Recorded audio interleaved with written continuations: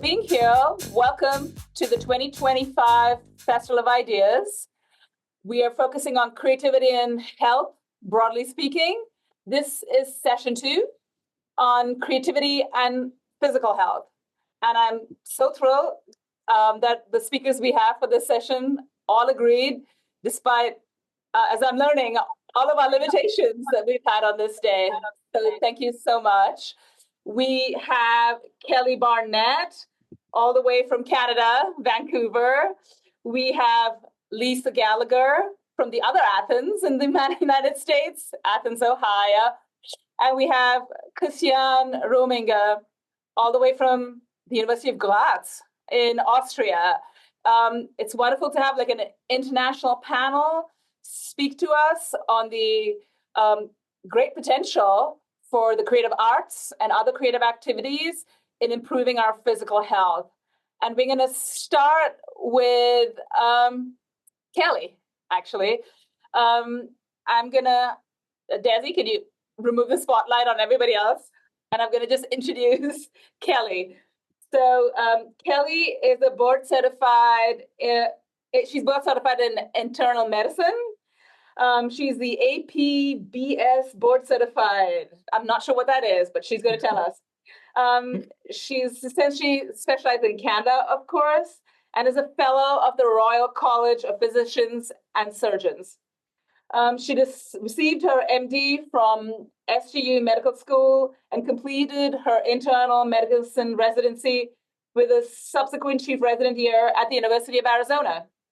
She also completed 5 years of training in integrative medicine, including a 2-year fellowship at Arizona. And before that, she has a BA in fine art, which I think explains why she's also on the panel, from Vassar College, and a master's in global medicine from USC Keck School of Medicine. She's an expert on arts-based prescription, essentially. And we've heard a little bit about that in the previous session, and she brings a completely perspective to that. So we're really looking forward to listening to you, Kelly. And the title of a talk is, Should Doctors Prescribe Creativity? Take it away. Yeah. Thank you so much, Anna. Let me just share my screen.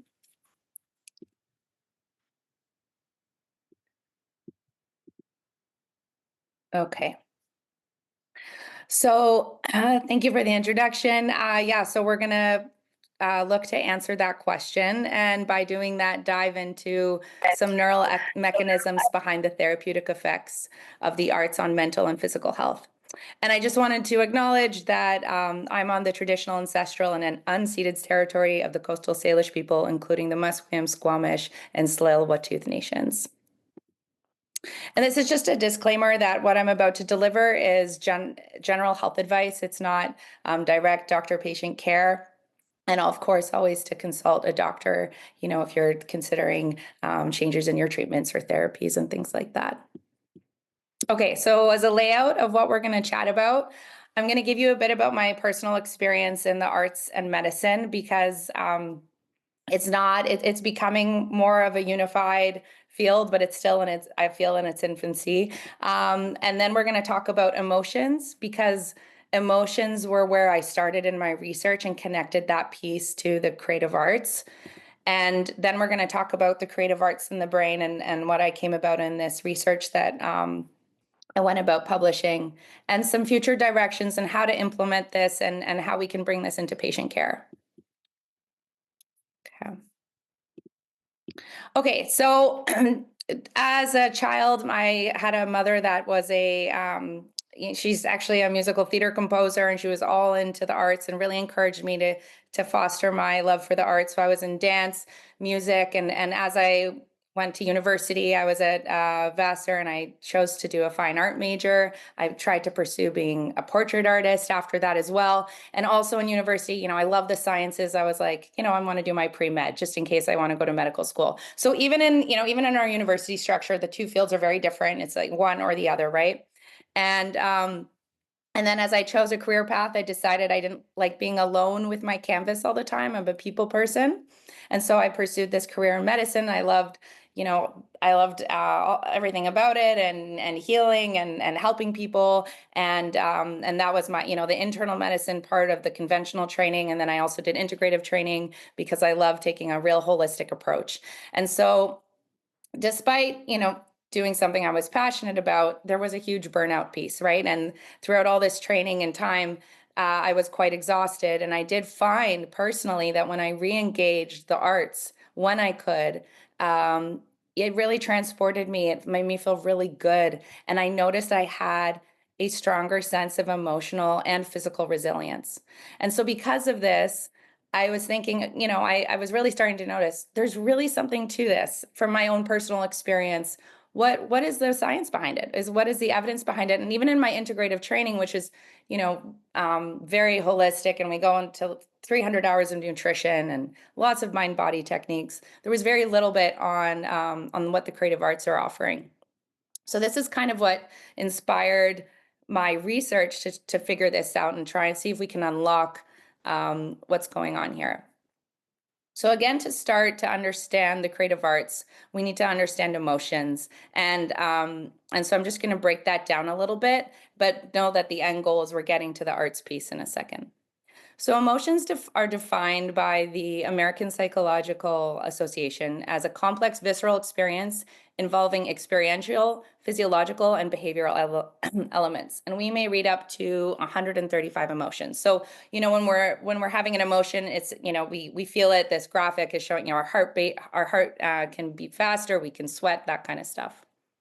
Feelings, on the other hand, are our conscious awareness of emotions, right? So we may be driven by our emotions, but unable to name our feelings. And on the extreme of this, alexithymia is the inability to articulate one's feelings. And there's been associations of this with depression and suicidal behavior. Okay, so emotional regulation is the process by which individuals influence which emotions they have, when they have them, and how they experience and express them. So feelings, as we mentioned before, are a part of emotional regulation, right? So if we can say, we can articulate and name our emotions, it's showing an inherent awareness of that emotion, and then maybe we can therefore do something about it and change our response. This is something that helps us differentiate humans from animals, because animals typically have a much more reactive behavior to their emotions, where humans can regulate our emotions and modify our behavior. When humans are babies, we are much more reactive, right? The meltdowns, all that kind of stuff, is because that ability to self-regulate neurologically hasn't been as developed yet. So if we compare that to a more emotionally regulated adult, this can also show the difference, as we're going to go through human evolution. We're going to get to that in a minute, in a couple slides. And so the more we understand about the neural mechanisms of emotional regulation, the more capable we may be of controlling them. So this brings us to emotional intelligence, which is defined by the ability to manage both your own emotions and understand and influence the emotions of people around you. So the school system that we are, across the world, it's starting to change now, really focuses on intellectual quotient, right? Our IQ, and, math, sciences, all that kind of stuff. And so this new field of research of emotional intelligence, there hasn't been much formal training. So the biggest teachers up until in more recent decades, when this is newer research, is our greatest caregivers, right? So I don't know how many people can say that their parents were highly emotionally intelligent, but they they didn't have any training in how to regulate their emotions formally, right? So this is kind of where we are as a society, where it's just been sort of learned from the people around us. So 5 key elements are part of emotional intelligence: self-awareness, self-regulation, motivation, empathy, and social skills. So part of emotional intelligence is understanding the how versus just the what of communication. And so this was the beginning research in this was back in 1967. Dr. Mehrabian gave this 55-38-7 breakdown of how a message is communicated. And at that time, he said only from his research, only 77% of a message is the actual content, and 55 was facial expression, and 38 was tone of voice. So newer research, it actually says that this is oversimplified. The content does have a stronger percentage than what it's delivering. However, it's still underscoring the importance of how we're delivering and how we're receiving a message, right? It's not just about what we're saying, it's how we're saying it. And you can see these pictures of this girl that's expressing some basic emotions like fear and happiness from this published paper. If she were to say the same word but have these different faces behind it, the likelihood of the person receiving it would be different, right? And similarly with the tone being different. And so one of the bases of, also emotional intelligence and our ability to connect with others are mirror neurons. And they are thought to be the neural basis for empathy. So the way mirror neurons work are really fascinating. When we observe someone displaying an emotion, our mirror neurons fire and they activate the same neural circuits in our brain that would be active if we were experiencing that emotion ourselves, right? So this is one of the theories behind why also emotions are contagious. There's some data out there showing that someone is happy in a workplace or a room, it influences the happiness of the people around them and vice versa if they're not in a good mood, right? And they've also shown that direct eye contact was what really drives mirror neurons to develop those mirror pathways. Babies have some of the strongest mirror neurons because they want to mirror their caretakers. It's a survival mechanism. So the more connected they are, right, the more likely they are to survive. Okay, so we've talked about emotions, emotional intelligence, a little bit of what's going on in the brain.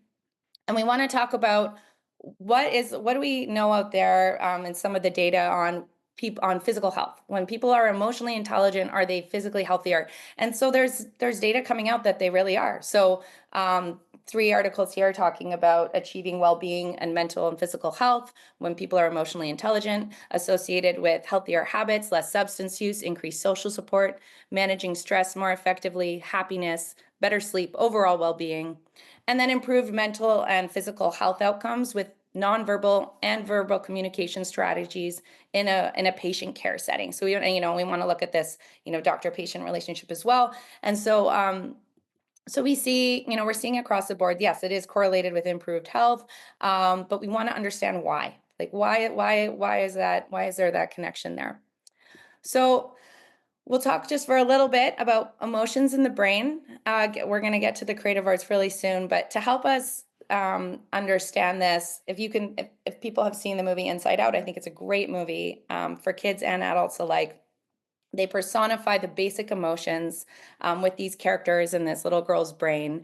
And if we think about the neural pathways and the networks that we're going to talk about, we can start finding signatures to locate how emotions are processed in our brain as if they were, these fabulous little characters.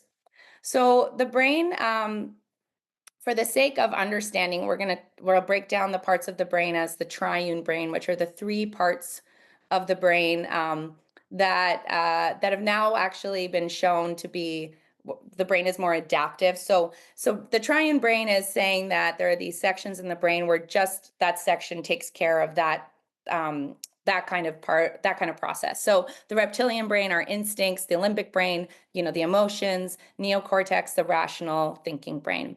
And so, so the triune is saying, oh, just in the limbic section is just where the emotions happen. But actually the brain is adaptive and we use different parts of the brain. But for the understanding of what we're going to talk about with my research, I'm just going to break this down so we understand these different sections. So brainstem functions at birth, shared with reptiles. The limbic system, cross species, functions at birth, develops into adolescence. This is why, again, babies have that capacity to feel, even if they don't know how to express it. This is also one of the theories behind why animals also have that ability to feel, potentially just as much as we do, but they don't have that ability to express. And then that neocortex, specifically the prefrontal cortex, which is this pink area right here, which is more specific to humans, is where we have that executive function, decision-making, emotional reactions, and this doesn't develop until our mid-20s. So a way of thinking about our emotional reactions can be a low road versus high road. if we think of the quick limbic low road, this is our quick reactive fight or flight response, and it requires less energy. So if we have a picture on the right, a fear stimulus comes in visually, comes in through the thalamus and amygdala and down into the body, right? This is a quick road. It doesn't use a lot of the brain before getting into creating reaction in our body. Whereas the prefrontal cortex high road, the fear stimulus comes in, and we do use part of the higher brain before it goes into the body to think about what, be thoughtful about our reaction. And we can also think about this in a bottom-up versus top-down process, where the example to highlight this would be the snake versus stick. So if someone's walking in a forest and they see something that kind of looks like a snake, a bottom-up process would say, this is definitely a snake. I have to run. I'm scared, and moves their body away. Bottom up meaning they're moving from the amygdala upward to control their activity, and then top down, right? Oh, you know what? I'm going to move a little bit closer. I'm going to use my prefrontal cortex top down from the brain down to think thoughtfully before and move my body forward and see, you know what? It's actually a stick. And so emotional regulation happens on all different high roads of the prefrontal cortex and then on a different amount of low road. So we're thinking, okay, we're humans, we have these prefrontal cortex high roads, we can be thoughtful, isn't that great? And what actually is showing is that sometimes those mechanisms don't all lead to Oz, right? They're not all great. And we can break this down into maladaptive emotional regulation and adaptive emotional regulation. So maladaptive emotional regulation is a response to stimuli that creates dysfunction in the brain and body. And so probably the most studied is emotional suppression. There's other forms, distraction, rumination, where you're thinking about something over and over and over again, worry. And these maladaptive strategies have been correlated with, on a physical level, inflammation, morbidity, mortality, and poor long-term health. So adaptive emotional regulation is a process that gives us a direct benefit to the body. And the most studied probably is cognitive reappraisal. This picture here showing Rain, a girl feels sad, right? And reappraisal means reframing a situation. So she's instead she's looking at it and saying, I can water my flowers. And that's kind of what reappraisal would look like. Mindfulness is becoming a very adaptive, a very known adaptive emotional regulation strategy. And these strategies have been shown to positively affect our health through the nervous system, cortisol levels, mental and physical health overall. So we're going to go just quickly through this study. This picture here on the right is not to intimidate anyone, but this was a study that inspired the beginnings of what I was looking into and connecting it with the arts. And I found it quite interesting. So if we have, this is a neural networks for mindfulness versus emotional suppression. And what this study did was it asked subjects to just look at negative images and allow for a natural response. And while they were having these responses, they were in a functional MRI machine. So they were getting their brain scanned while this was happening. And then they were asked to voluntarily suppress their emotional response. And then they were asked through mindfulness training that they had previously done to mindfully respond to these negative images. Okay, so what did the results show? So for emotional suppression, it showed less amygdala activity, and this purple area, lateral prefrontal cortex, this image up here, this IFG, inferior frontal gyrus, is part of that area, increased cognitive effort overall, and then a sympathetic response in the body. And then conversely, an observation mindfulness approach showed more amygdala activity, the medial prefrontal cortex, which is this pink area here, and then this diagram, lots of areas denoting the medial prefrontal cortex, less cognitive effort, and a parasympathetic response. Okay, so in terms of the amygdala, if we look at this graph up here, this is showing that when people looking at a neutral image, the amount of amygdala they had. When they just looked at a negative image, they had the highest amount of amygdala response. When they suppressed, they had a low amount of amygdala response. And when they had that healthy, adaptive, mindful, they actually had a medium amount of amygdala response, right? So the way I like to think about this is a little bit like Goldilocks. Not too hot, not too cold, just right. That amygdala is an important part of letting us feel and then processing it. So we don't want to take those feelings away. And in concordance with what we just talked about with the medial prefrontal cortex here, creating this, parasympathetic response, I looked into that a little bit further, and that part of the brain has been correlated with positive health outcomes working through the parasympathetic nervous system, also with stress resilience, moral judgment, positively affecting cortisol and our mental and physical health. Okay, so we're almost at the creative arts, I promise, just to understand a little bit more, because we're going to tie it all in. How do these emotions move from our brain into our body? Just to understand that a little bit more.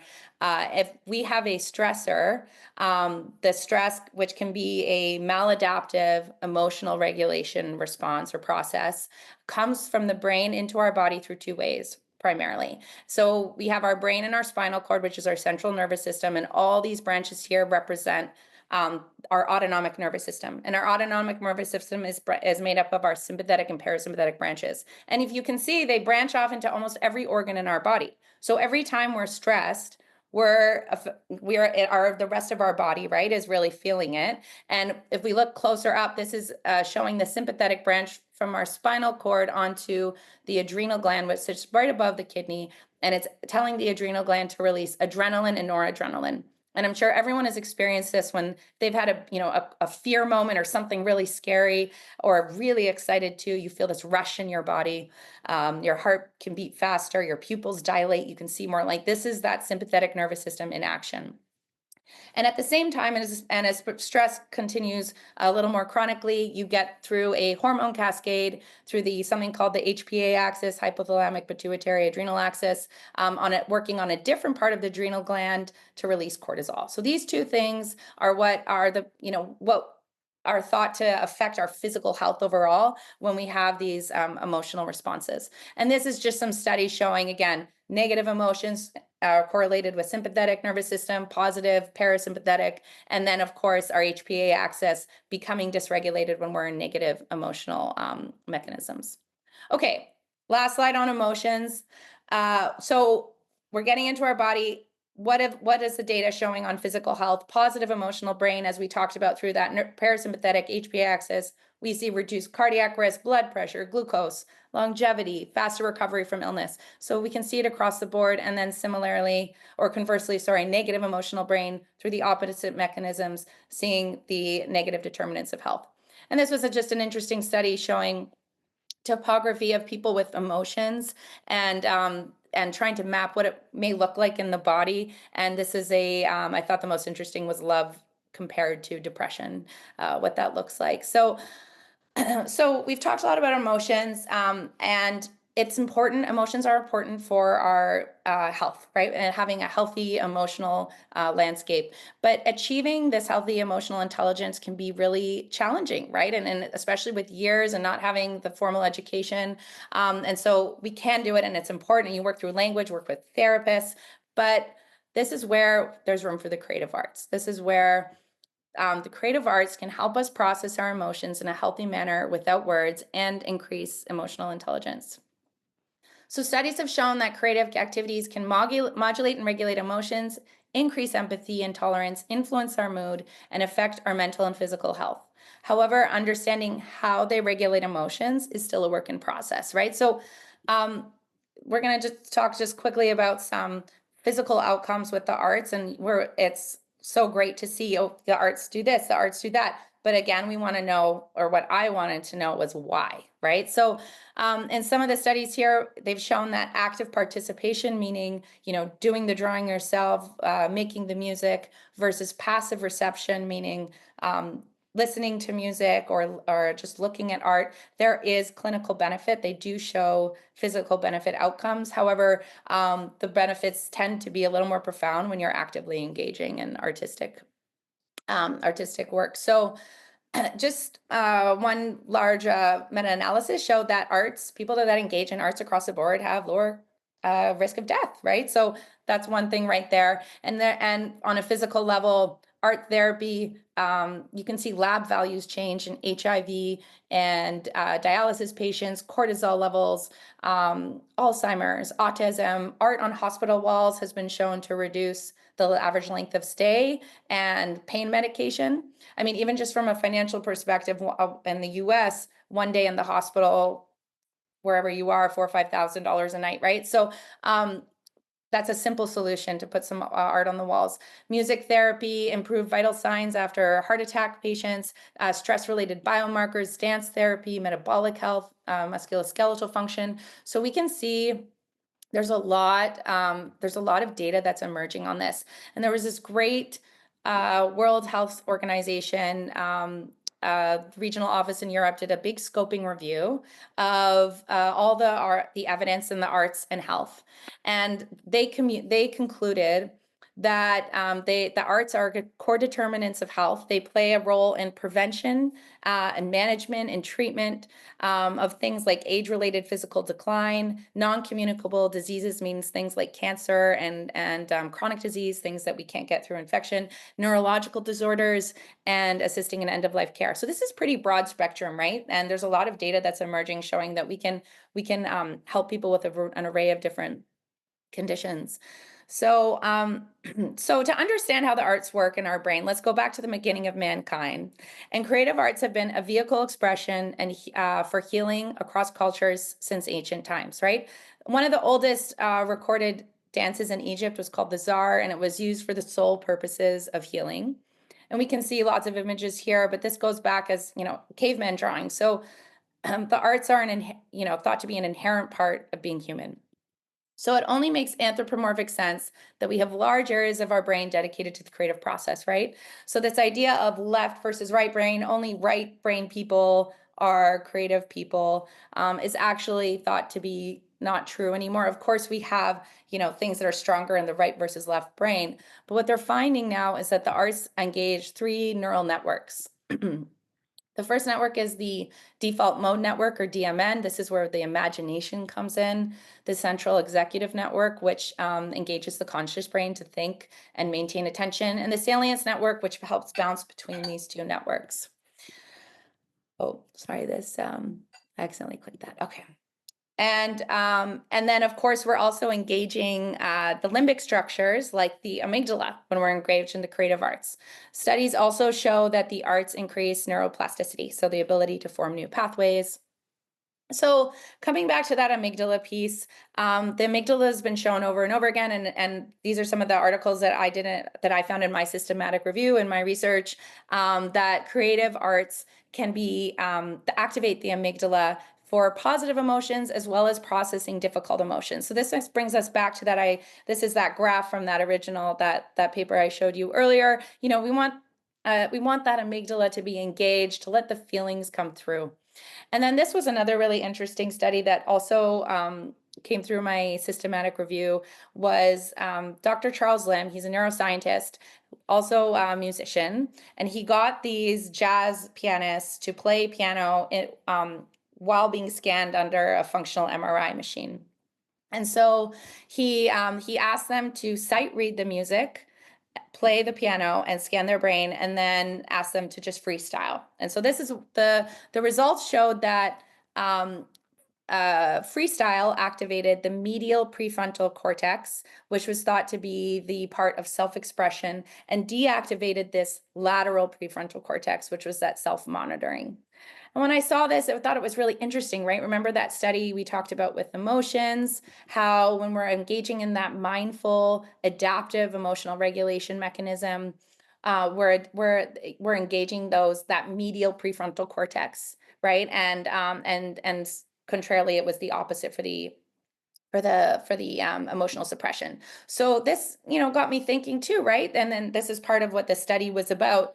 Could the creative arts be engaging the adaptive emotional regulation networks in our brain, right? And so these are the connections we can make to kind of summarize what we were talking about. So emotional regulation plays an important role in well-being and positive outcomes in physical and mental health. The creative arts can also improve health outcomes and can enhance emotional regulation. So but how, right? Could there be a common neural mechanism underlying both processes? So these are the core tenets of the things that we just talked about, and then which led to the research. So creativity and those lower emotional roads, those low roads meaning, remember that lower part of the brain, the amygdala and limbic part. The amygdala helps us feel, right? It's a core part of adaptive emotional regulation and creativity. So can creativity offer a safe, healthy way to activate the amygdala, especially for those with chronic emotional suppression or difficulty processing their emotions, right? When there's, especially as adults, and there's so many years of ways of not letting those feelings come through, maybe the creative arts can be a tool to really help engage those parts of the brain and promote healing. And so that was regarding the amygdala, and then on the prefrontal cortex side of things, the medial prefrontal cortex is involved in creativity through the default mode network and adaptive emotional regulation, so helping us process difficult emotions in a constructive way. So could activations of these pathways also help us improve our physical health outcomes? And again, that study on the ventral medial prefrontal cortex linked to the parasympathetic tone and improved physical health outcomes we've seen.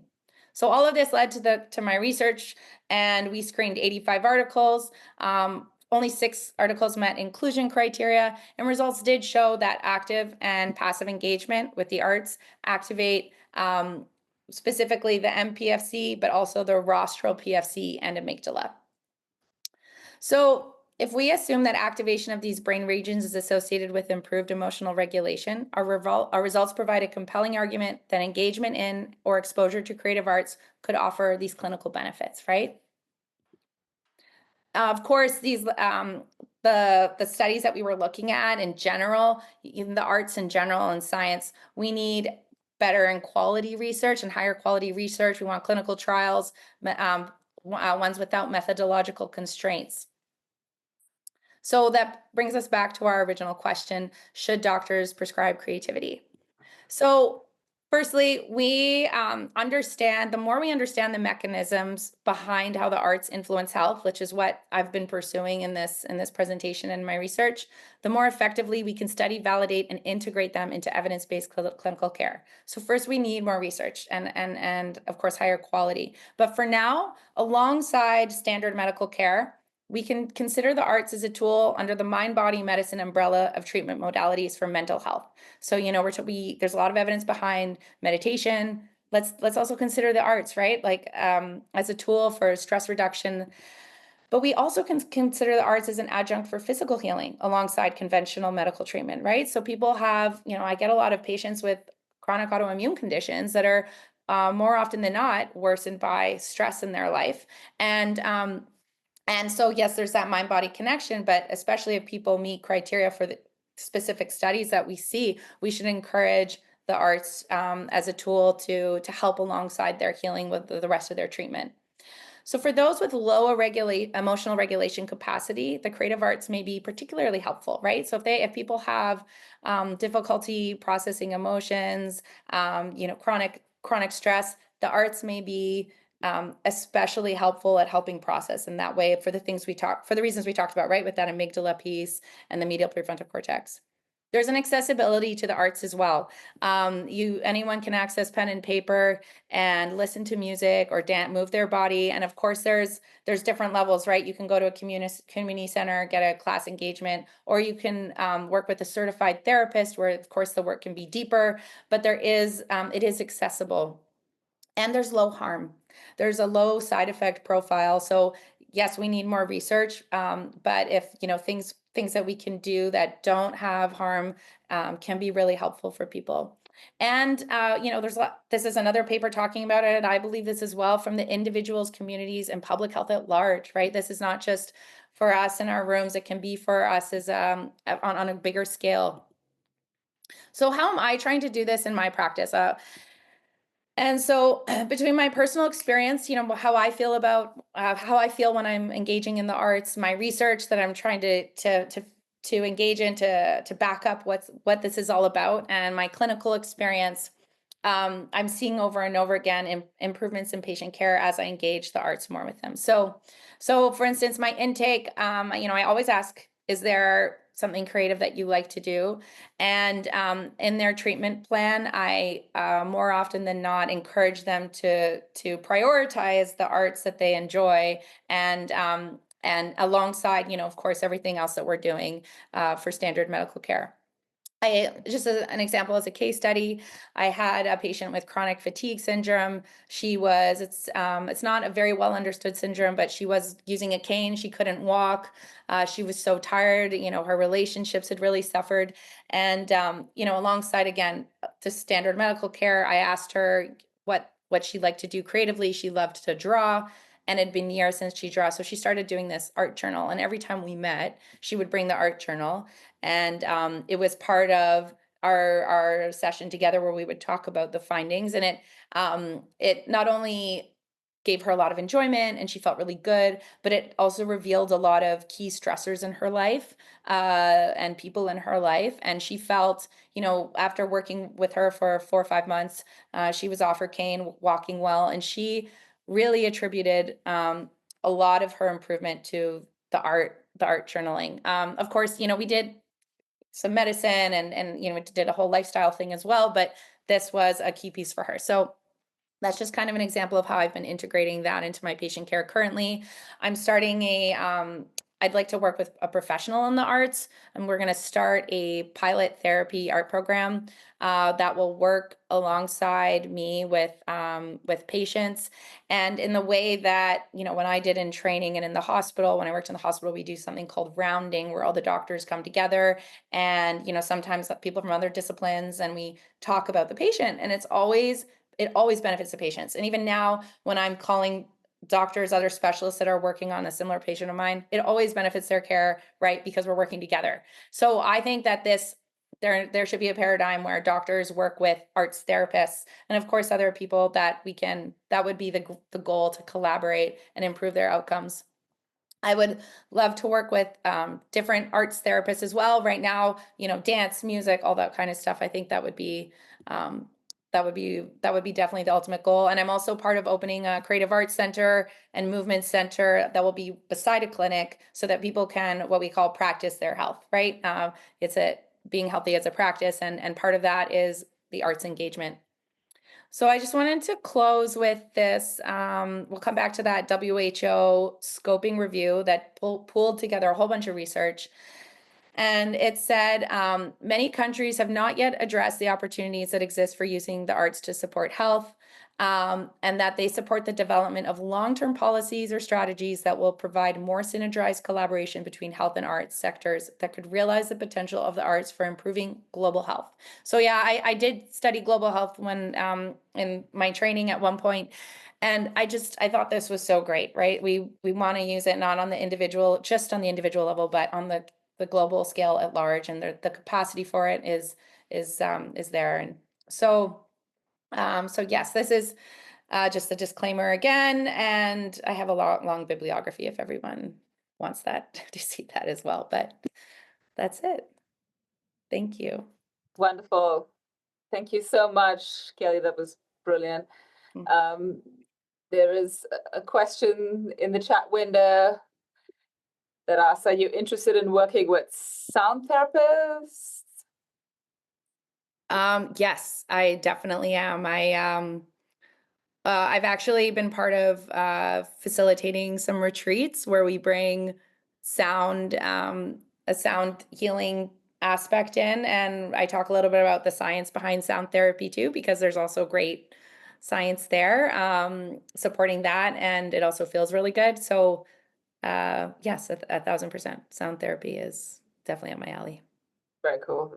There's also a comment from Dr. Melvin. It says, if the area of the brain responsible for executive functioning isn't fully developed until our 20s, we should extend grace to K-12 students.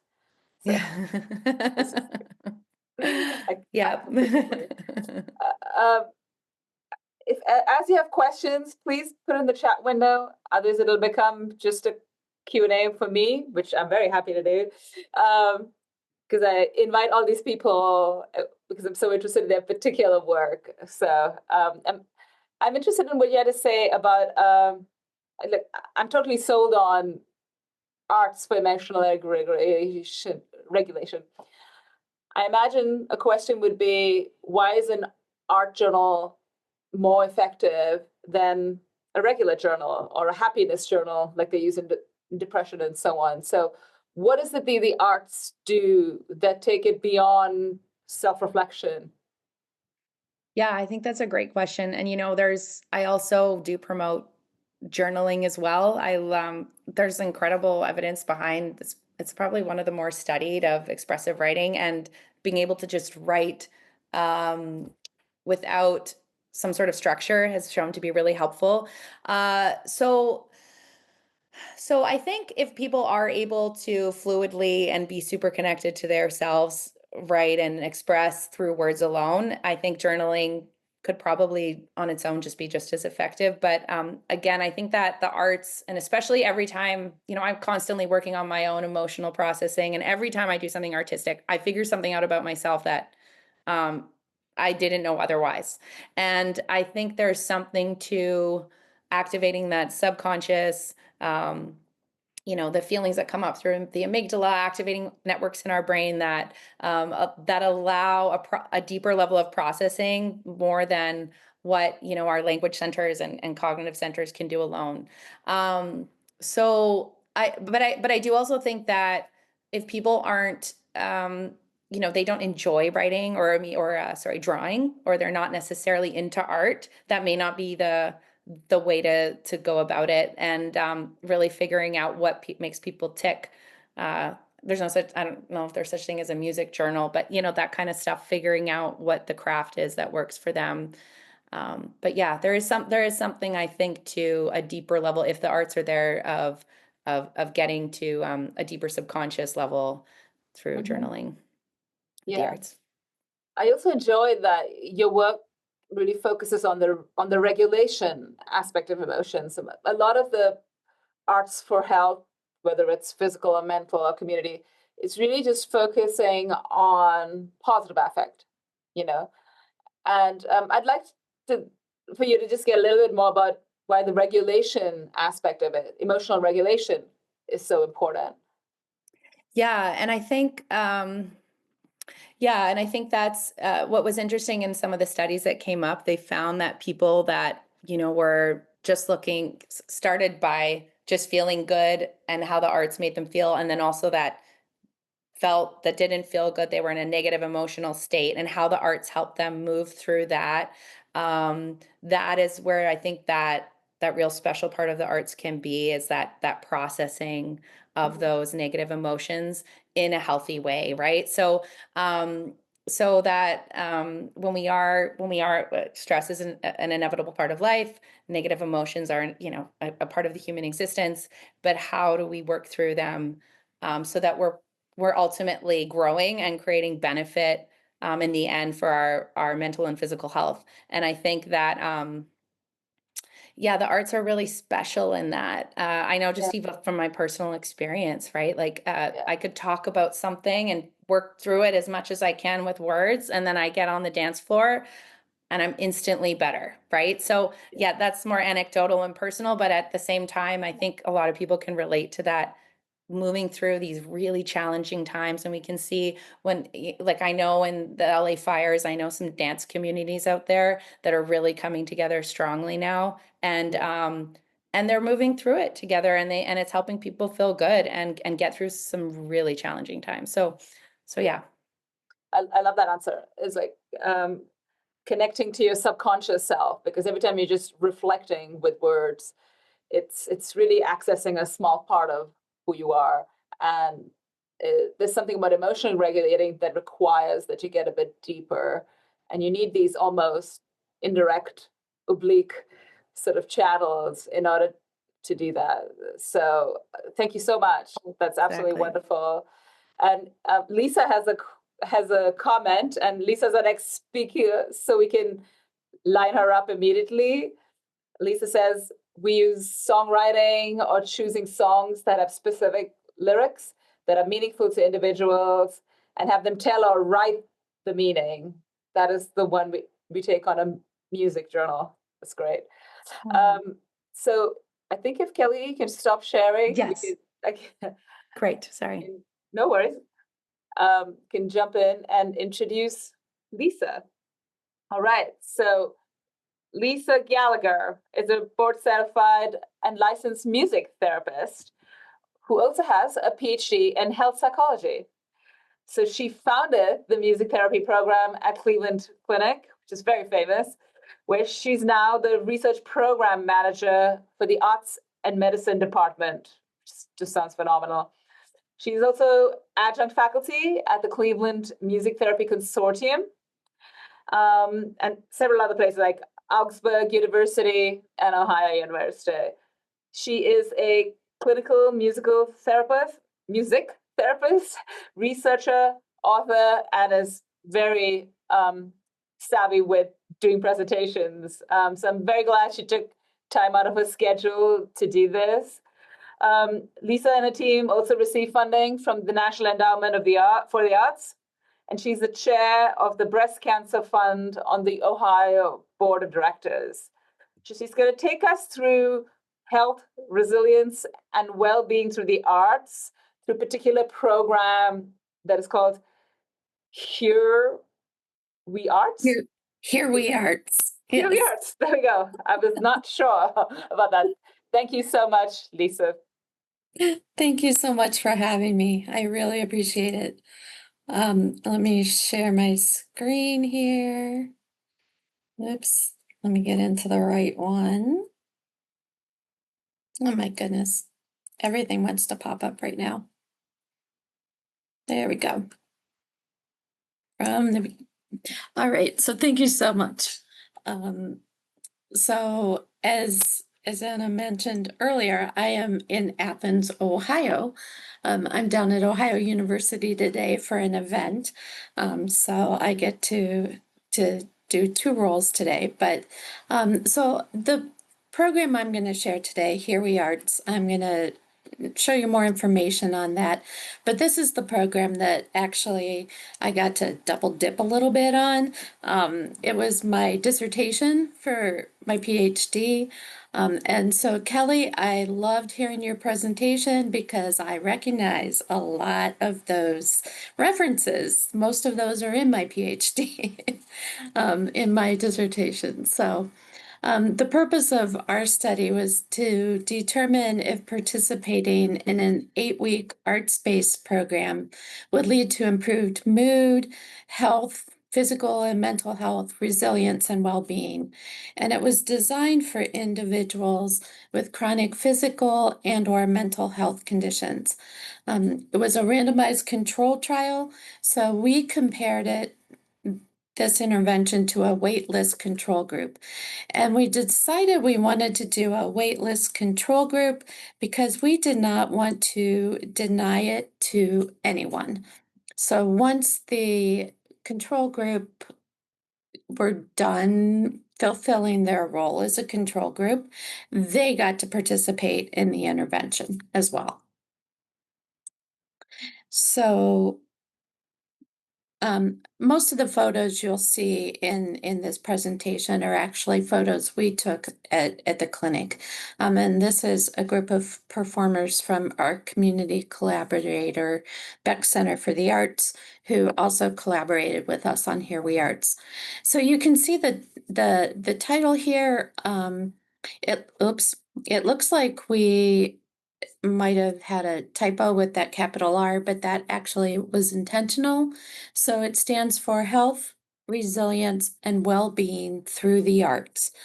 And so, you know, when I was doing my dissertation, the chair said, well, what theory are you using? And I'm like, theory? What theory?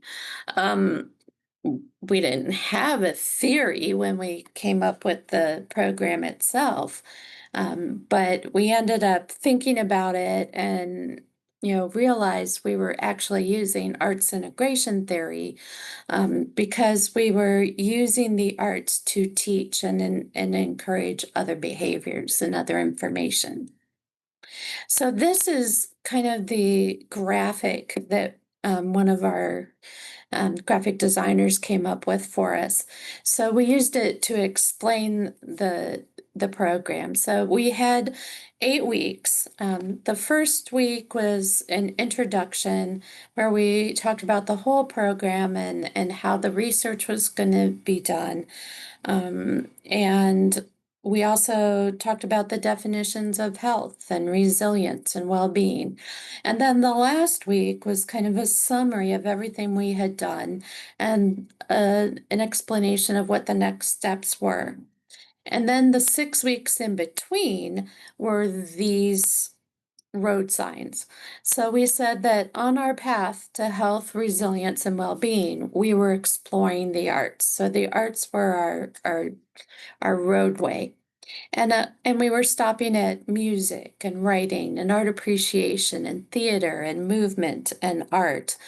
And we said, when we get to health, resilience, and well-being, we don't stay there.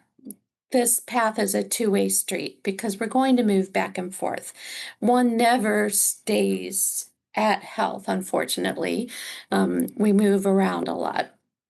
So our program was 2 hours, with the first half hour being food and a social time, because we felt social time was very important for these individuals. Everyone had to have some form of chronic health condition to participate. So we wanted them to also engage with each other. So we had, we intentionally did this around meal times most of the time. So we would either serve lunch or dinner, or a very big snack. So, and healthy. We were realized, we were in a community health education centers or in a hospital. And so we were very much about healthy foods.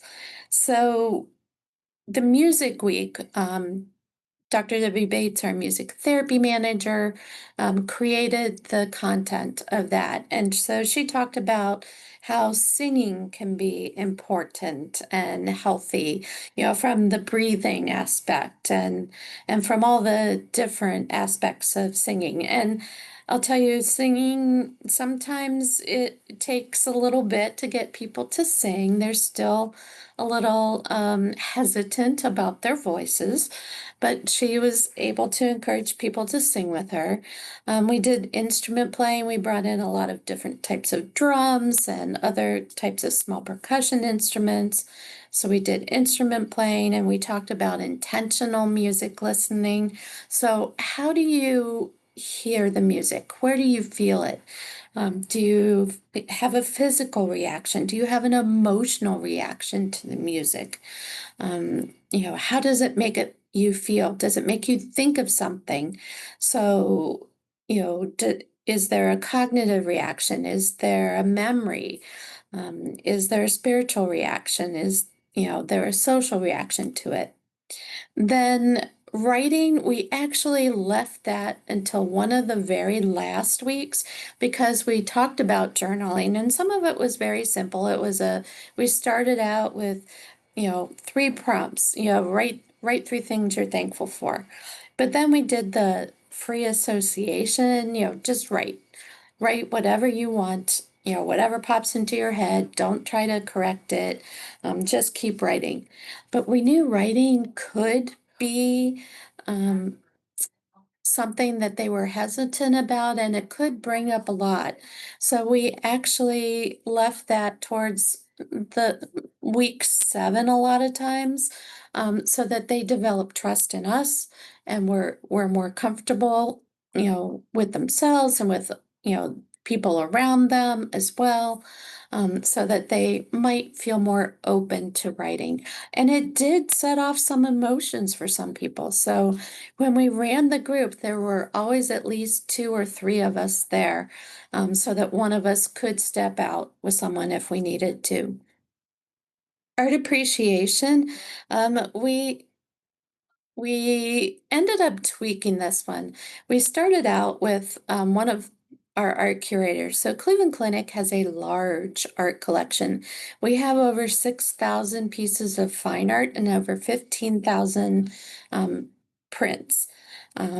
So we have several art curators on our team.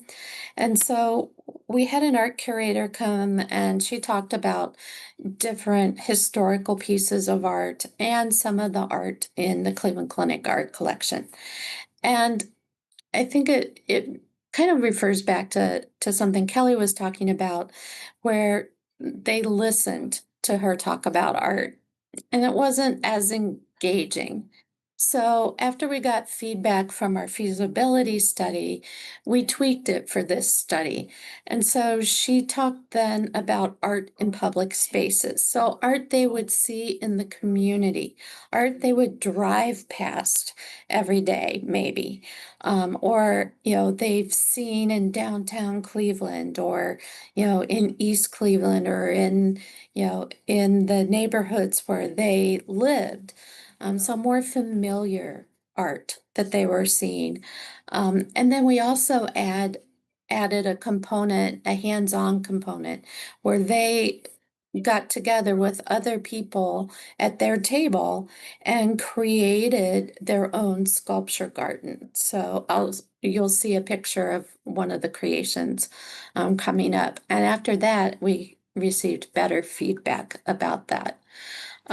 Theater, we also left towards the end of the time, again, because we wanted them to feel comfortable with each other, because we played theater games. And by the end, they knew each other pretty well and had a fun time playing the games with each other. But we also talked about, going to the theater, being either participating, as someone engaged as, just going to watch a theater production or, engaged in being in a theater production or working backstage or being an usher. We're very fortunate in Cleveland. We have Playhouse Square, which is actually the second largest theater district outside of New York City. And so we have these amazing shows that come through Cleveland all of the time. And so we have something called redcoats. So these are ushers at Playhouse Square. And if you are a redcoat, you get to see all the shows for free that you usher at. So we told people about this, and actually some of our folks went and became ushers, and they never had known that they could do that. I guess I should back up and say that the other thing we did for this program, in addition to being individuals with chronic health conditions, we only offered this to individuals in underserved neighborhoods. And so we were opening up some ideas and things that, were new. We also did movement. We originally thought about doing dance, and we got some feedback that people might not want to engage in that. I now looking back, I might disagree about that, but at the time we kind of caved on that and we did something instead called Drums Alive. And I became a Drums Alive facilitator when the original Drums Alive facilitator had to move on. But it's drumming, and I'll show you a picture of this in a minute as well, but it's drumming on exercise balls. And there's a lot of movement that goes into it, a lot of physical activity, and it can be a lot of fun. And people forget that it's exercise. So we make it fun and enjoyable. There's a lot of laughter. And so that becomes an enjoyable time. And for art, we have our art therapist, Dr. Tammy Shella. She created the content for this, and she brought in those little composition notebooks. You can buy at like the dollar stores or, a lot of different stores. And she gave each participant one, and then she brought in a lot of different art supplies. Scrapbook paper, but then she had brought in pictures and words and things she had cut out of magazines. She brought in beads and feathers and all sort of things, and they did a collage and then Mod Podged the collage on the front of this composition notebook. And then that is the notebook that they used for the journaling and writing week. So that's a fairly quick overview of our 6 or the 8 weeks of our program. So our methods were we used a lot of self-report standardized questionnaires that were administered at baseline, week 8, and then again at week 16. So 8 weeks after the program was over. We used the Short Depression Happiness Scale, Short Warwick-Edinburgh Mental Wellbeing Scale, Brief Resilient Coping Scale, Godin-Shepherd-Leeser Time Physical Activity Questionnaire, and the Promise Scale, version 1.2, Global Health, which gave us information on physical and mental health. Our methods, also, we included questionnaires that we created. So we had a pre-survey and post-survey. So the pre-survey asked questions like, do you think the arts can have an impact on your health? What's your musical background? Do you have any background in any type of art form? And then the post-survey was, did the arts have any impact? And I should also say that we knew going into this that not everyone was going to like every kind of art form, and we were okay with that. We just hoped that people would find at least one art form that they could resonate with and that they would use outside of the sessions. We asked them to identify a goal each week, ideally related to the art form that we had gone over that week. So if it was music, maybe it was a goal to, listen to one new type of music that week. And then when they came back the next week, we asked them, did you do your goal? And people were extremely honest with us. And they would tell us, nah, I didn't do it, or yeah, I did it, and I actually did an extra one. And then we did a post-session survey every week where we also asked them, did your anxiety go down? How was your anxiety, your stress, mood? Just ask them to rate other things. And did you like this session? Or what did you like about this session? So we gave them open-ended questions. Then after week 9, we did a semi-structured interview where we called them on the phone, we recorded it, and we asked them several prompted questions, but then opened it up to what else would you like to share with us, to get information, more qualitative information from them. That I'm actually still in the process of transcribing, and will hopefully publish the qualitative results one of these days as well. And then this is a picture of, we did a reunion with some of our participants, and this is a vase that one of them painted. So our enrollment, we assessed 192 people for eligibility. 144 enrolled. 48 of those ended up being excluded. We ended up with an N of 96 with an experimental group of 60 and control group of 36. Now that we know was not ideal because it was not very even.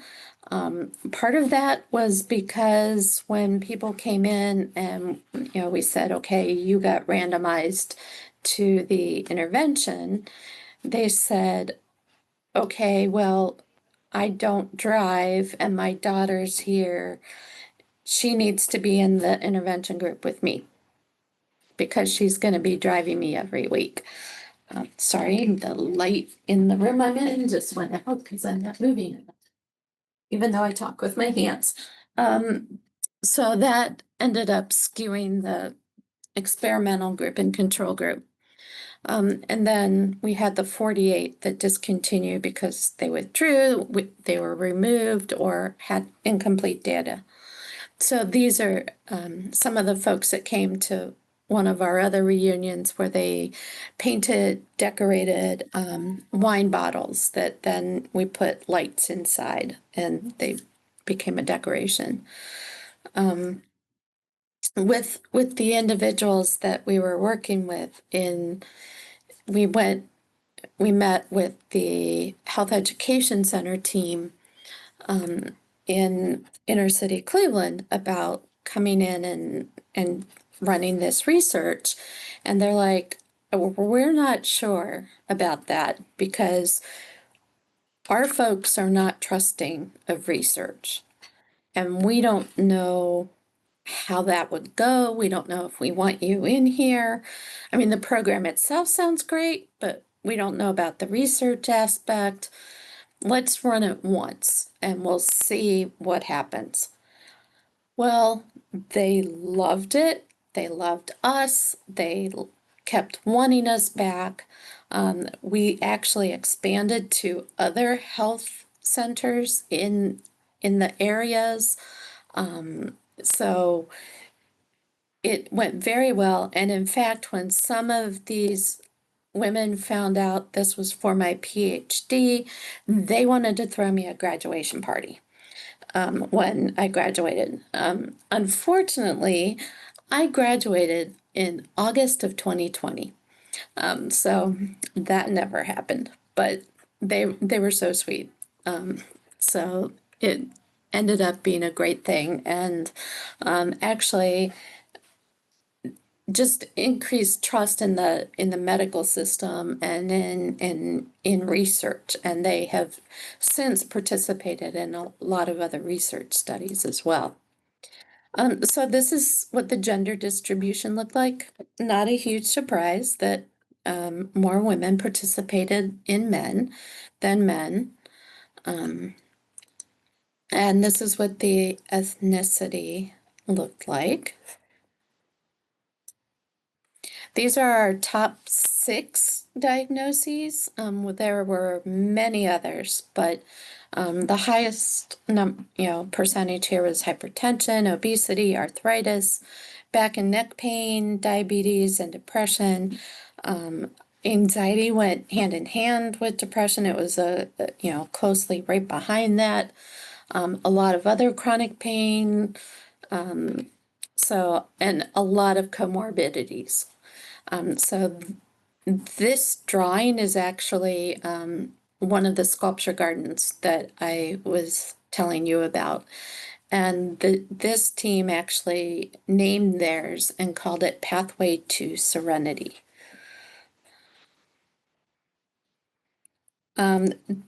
These are the results. I'm not going to go into great detail. I don't want to totally bore you, but what I want to point out is looking at all of the different variables here, all the different, standardized tests. What is extremely exciting is with the p-values, all of those that are in bold are statistically significant. So we got statistically significant results on everything except the Godin activity score, which was not a huge surprise. Our medical director, who is a physiatrist, said that he wasn't surprised because he didn't think that 1 week of physical activity was probably enough to change physical behaviors. So this was looking at the treatment group alone, and their change from treatment or baseline to week 8. And then again, the treatment group from baseline to week 16. Amazingly, everything also statistically significant except Godin, the physical activity. Looking at the treatment group versus control group, from baseline to week 8, again, statistically significant on everything except physical activity, and this time the Brief Resilient Coping Scale, which we're not sure what happened with that, but not horrible results there. And then looking at treatment versus control baseline to week 16, a lot of varied results on that one. But overall, the treatment group, all of our outcome measures demonstrates statistically significant improvements as compared to the control group. And at week 16, many of our results were maintained or further improved, which we were thrilled about. We weren't sure how that was going to turn out. And this is Dr. Francois Bétu. He's our medical director that I mentioned previously. So some other results were they found out that they had exposure to the arts that they didn't realize they could access. One that I didn't write down is they actually, many of them were reminded about arts that they used to participate in, and loved, but didn't do it anymore.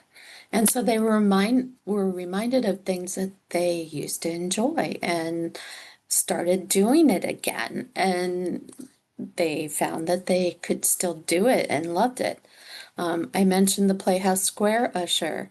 After we did the session on art in public spaces, they started coming in every week and saying, "Oh, I saw this cool mural on the side of this building." And I've become way more aware of art in public spaces now. One woman actually said after participating in this program, she developed the courage to speak with her doctor and discuss medications that she wanted to have changed.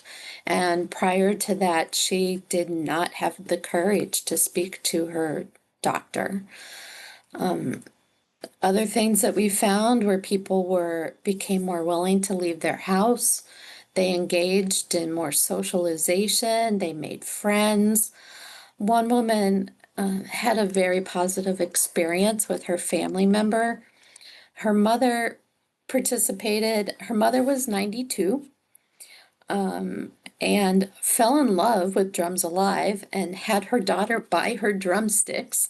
And they ended the program in like November. And mom was still drumming with her drumsticks, absolutely loving it. And mom actually passed away right after Christmas. And her daughter called me and said that was just an amazing way to end mom's life with her. And it was amazing too, because she had this way of having a positive experience that wasn't just going to doctor's appointments and treatments. So that was a great thing. This picture here is by Glenn Infante. It's actually a mural. It's art in public spaces. It's a mural on a bridge in Cleveland. And it's actually Prince eating a pink sprinkled donut. And it's very cool. It's one of my favorites in Cleveland. These are some of the quotes, some other results. I have the power to do things to help me relax. It's up to me. It got me out of the house and I've made some new friends. I came out of my dark spot and now deal with the real journey of life. This is the first thing I ever signed up for that I finished, and that woman was in her late 60s. And I can be more than my pain. So those are some pretty powerful quotes. So what was next? Well, we got funding from the National Endowment for the Arts to do a comparison study, which everyone told us was the next step. So we were doing Here We Arts versus another study we created, or another program we created called Here We Ed. So this one was straight education. So 8 weeks, again, introduction, closure, and then 6 weeks of education, health education based, no arts. So we focused on nutrition, exercise, where we included a chair yoga therapist.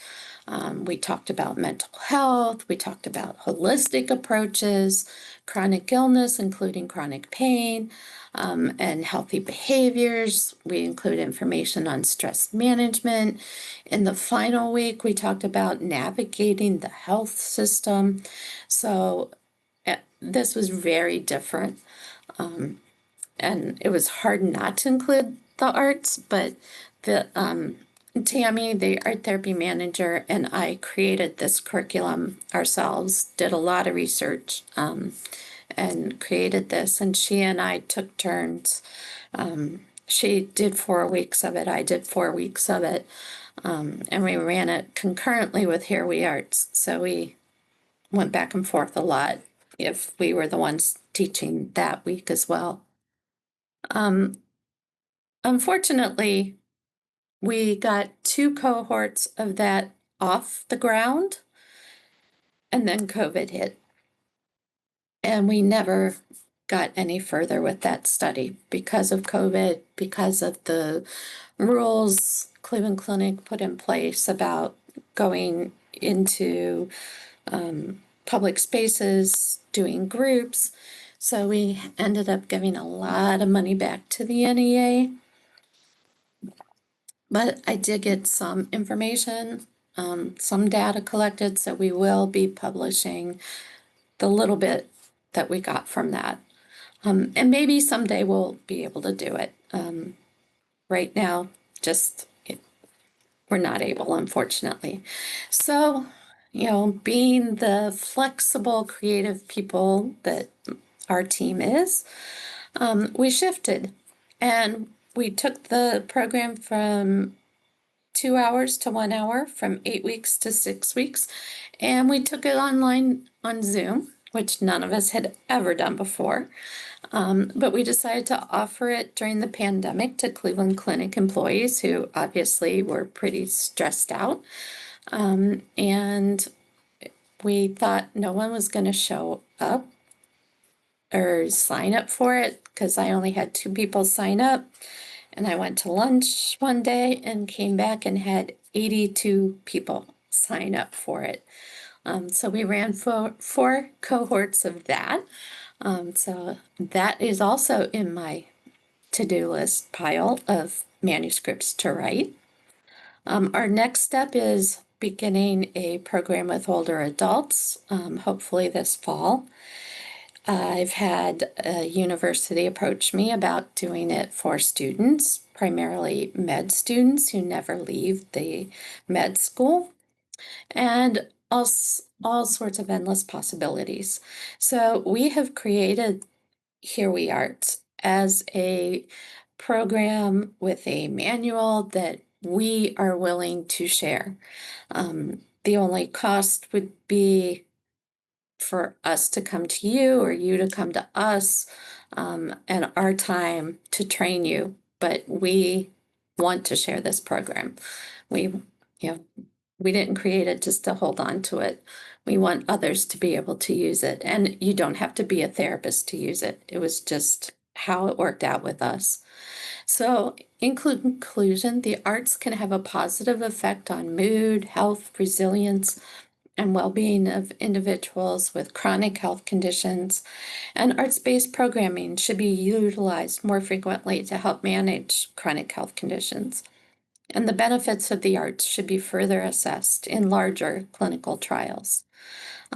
So thank you so much for having me. I really appreciate it.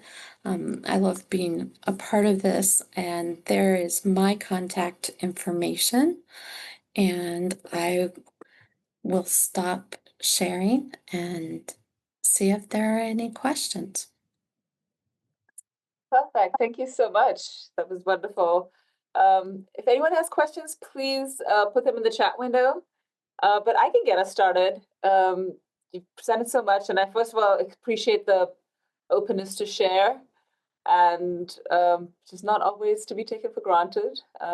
People develop things and then trying to keep it to themselves, and so I really will appreciate the willingness share your insights and all the work that you've worked so hard on to develop.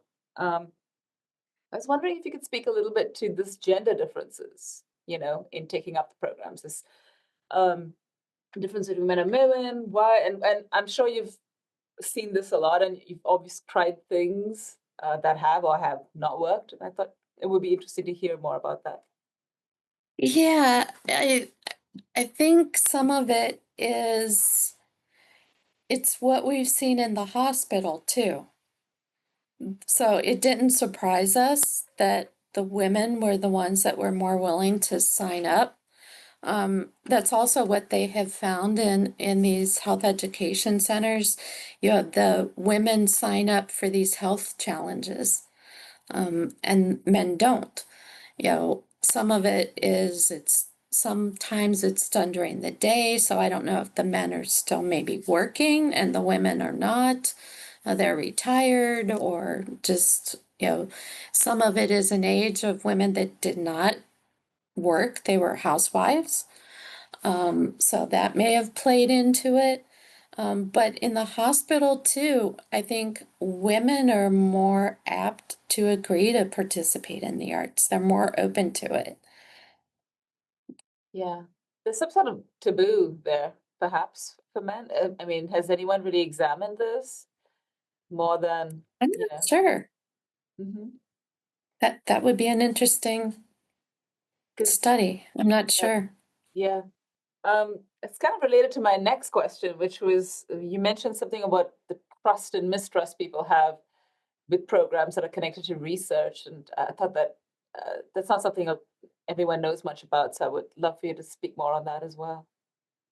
Yeah, so in the particular area the Cleveland Clinic is in, it's in, you know, we're surrounded by like Huff and um now I'm blanking on the other area names, but it's all inner city Cleveland. And it's primarily Black, African American, some Hispanic, some Asian, but again, primarily Black African American, who have a, I'm overall have had in the past a huge um, distrust of the medical system. And I know in the past when I worked inpatient music therapy, I would get patients that would not get to the hospital system until, like, I started in palliative care. So I would get patients whose cancer was like very far progressed, stage 4, not much that could be done for them because they didn't trust doctors. And so by the time they got to a doctor, it was too late. And one particular woman, she regretted that very much so. And she was very closed and she opened up to me because of the music connection. That's another thing, I don't wear a white coat in the hospital. So, people trust me easier than doctors, nurses, social workers. And music is something most people can relate to. Yeah. And so that's an easier connection, music and art. Mhm.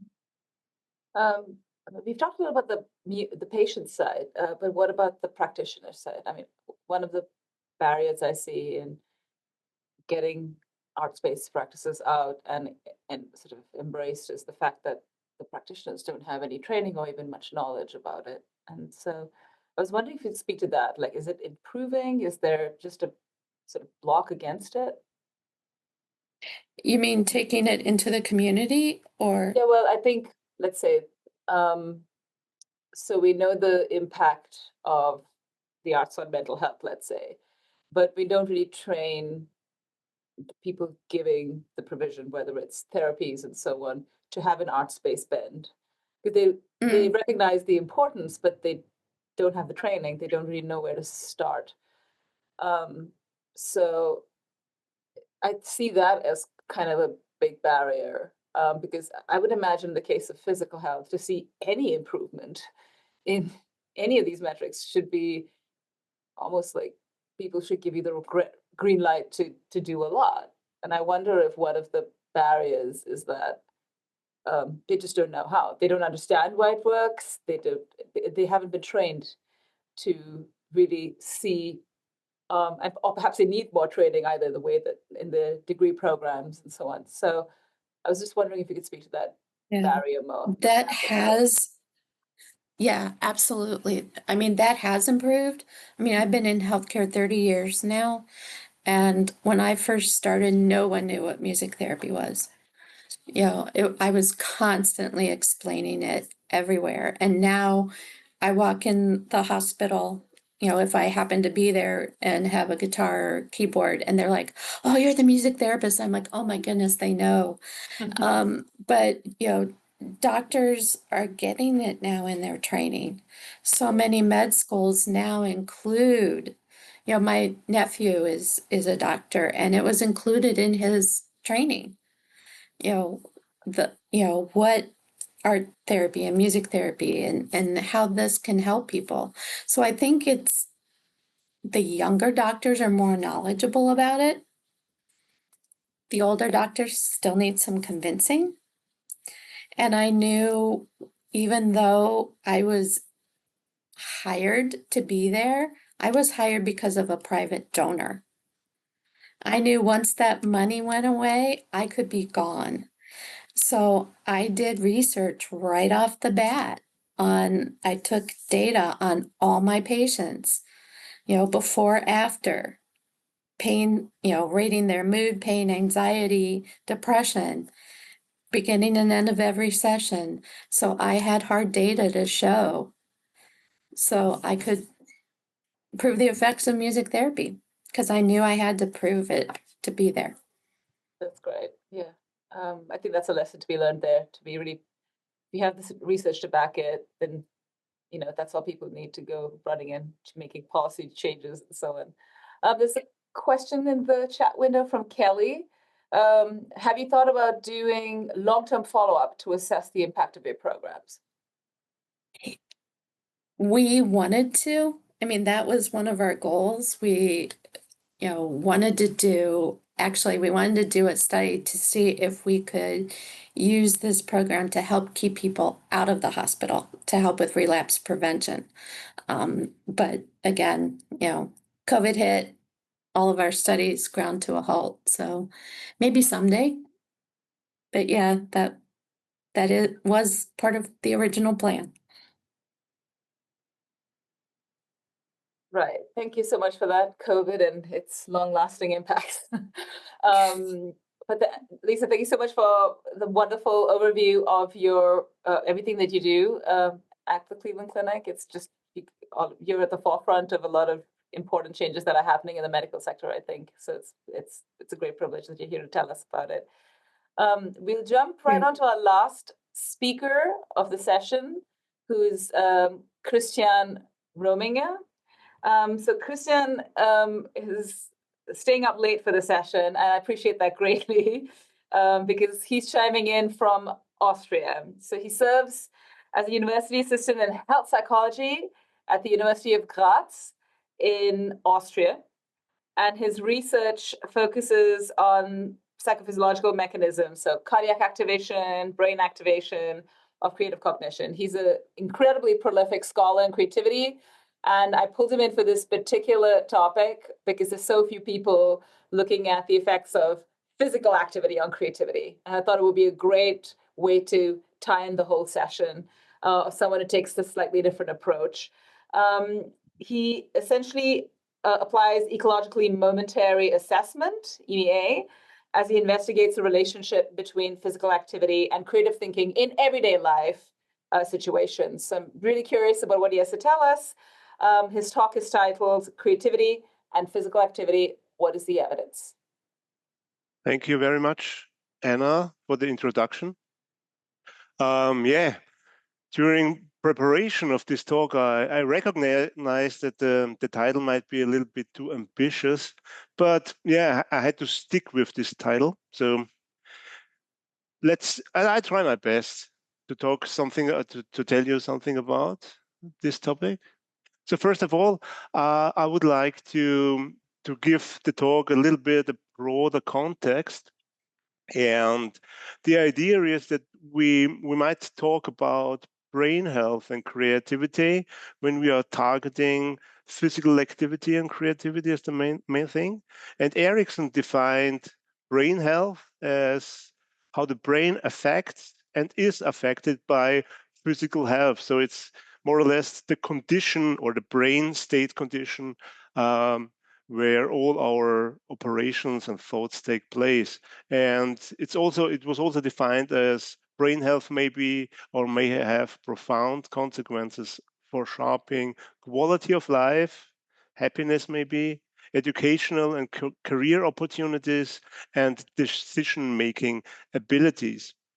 And Erickson defined this theoretical model where brain health or health neuroscience is at the hotspot, and we know different brain mediators which lead to cognitive performances or health behavior, which in turn may again affect our brain health or our health status.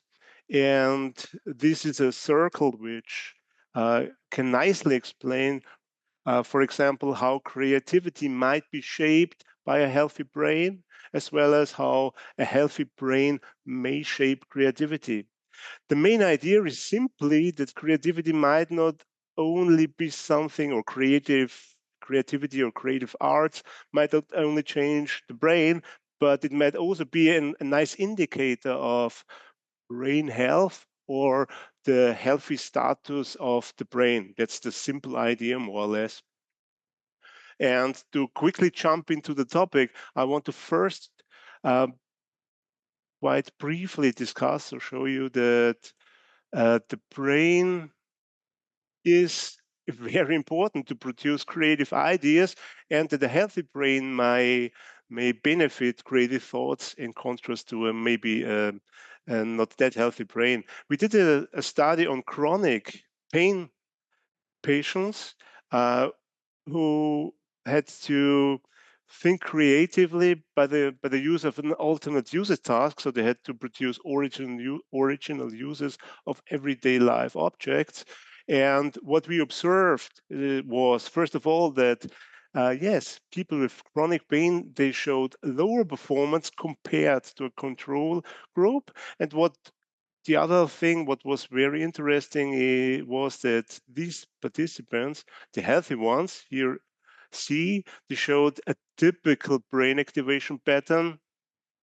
So they showed higher alpha activity at right parietal areas during thinking creatively, in contrast to the patients with who didn't show that specific brain activation. So we might conclude that for creative ideation, for thinking creatively, it might be important to have a healthy brain, to be in a healthy status, more or less. And that's just one evidence, a random one, which might indicate that creativity or creative performance might be a nice indicator of a healthy brain. Okay?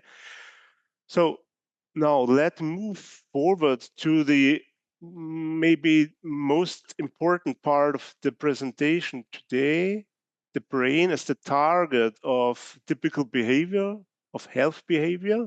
And we are looking to some evidence if creativity might be a nice indicator of this healthy performance, health behavior, such as physical activity. First of all, Friedrich Nietzsche said, sit as little as possible. Do not believe any idea that was not born in the open air and of free movement. This is a nice statement which was cited several times in different empirical studies and empirical work, investigating if physical activity is important for our cognitive performances and for our cognitive quality of thoughts. And there is a long tradition, meanwhile, in studying cognitive functions and physical activity in literature. And there are a lot of different meta-analysis meanwhile, and a recent one, 2025, it's really a pretty new one, a Psychological Bulletin, covered 30 different meta-analyses meanwhile, so it's really a huge amount of data, 18,000 participants. And this meta-analysis was heavily concerned with this acute exercise. So about the acute effects, transient effects of a single session of exercise. So it's really the acute effects. And these meta-analysis of Chang came to the conclusion, yes, there seems to be a positive effect of medium size, which is quite a cool finding, I guess. And they concluded that these findings highlight acute exercise, a promising strategy for enhancing a broad range of cognitive abilities, such as attentional, inhibition skills, executive functioning, and so on, across different age groups, regardless of cognitive status. By emphasizing the connection between physical activity and cognitive health, this research contributes to the development of evidence-based recommendations that can benefit individuals of all ages and ultimately lead to improved overall well-being. That's I think it's a nice conclusion of this umbrella meta-analysis. And yeah, it comes from the acute effects to more chronic effects, such as overall well-being and so forth, which is not a really straightforward conclusion, I guess. This brings us to a next meta-analysis, which was published 2023 and stated that, maybe the evidence for the chronic effects or relatively long-term effects of regular physical activity on cognitive performance is not that convincing. The authors,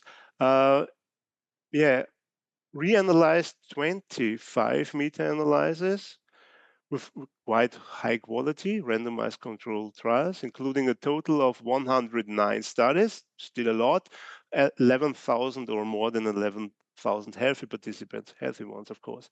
And they found inconclusive evidence supporting the existence of a potential cognitive benefit derived from the regular, so it's on a chronic level, practice of physical activity on a healthy population.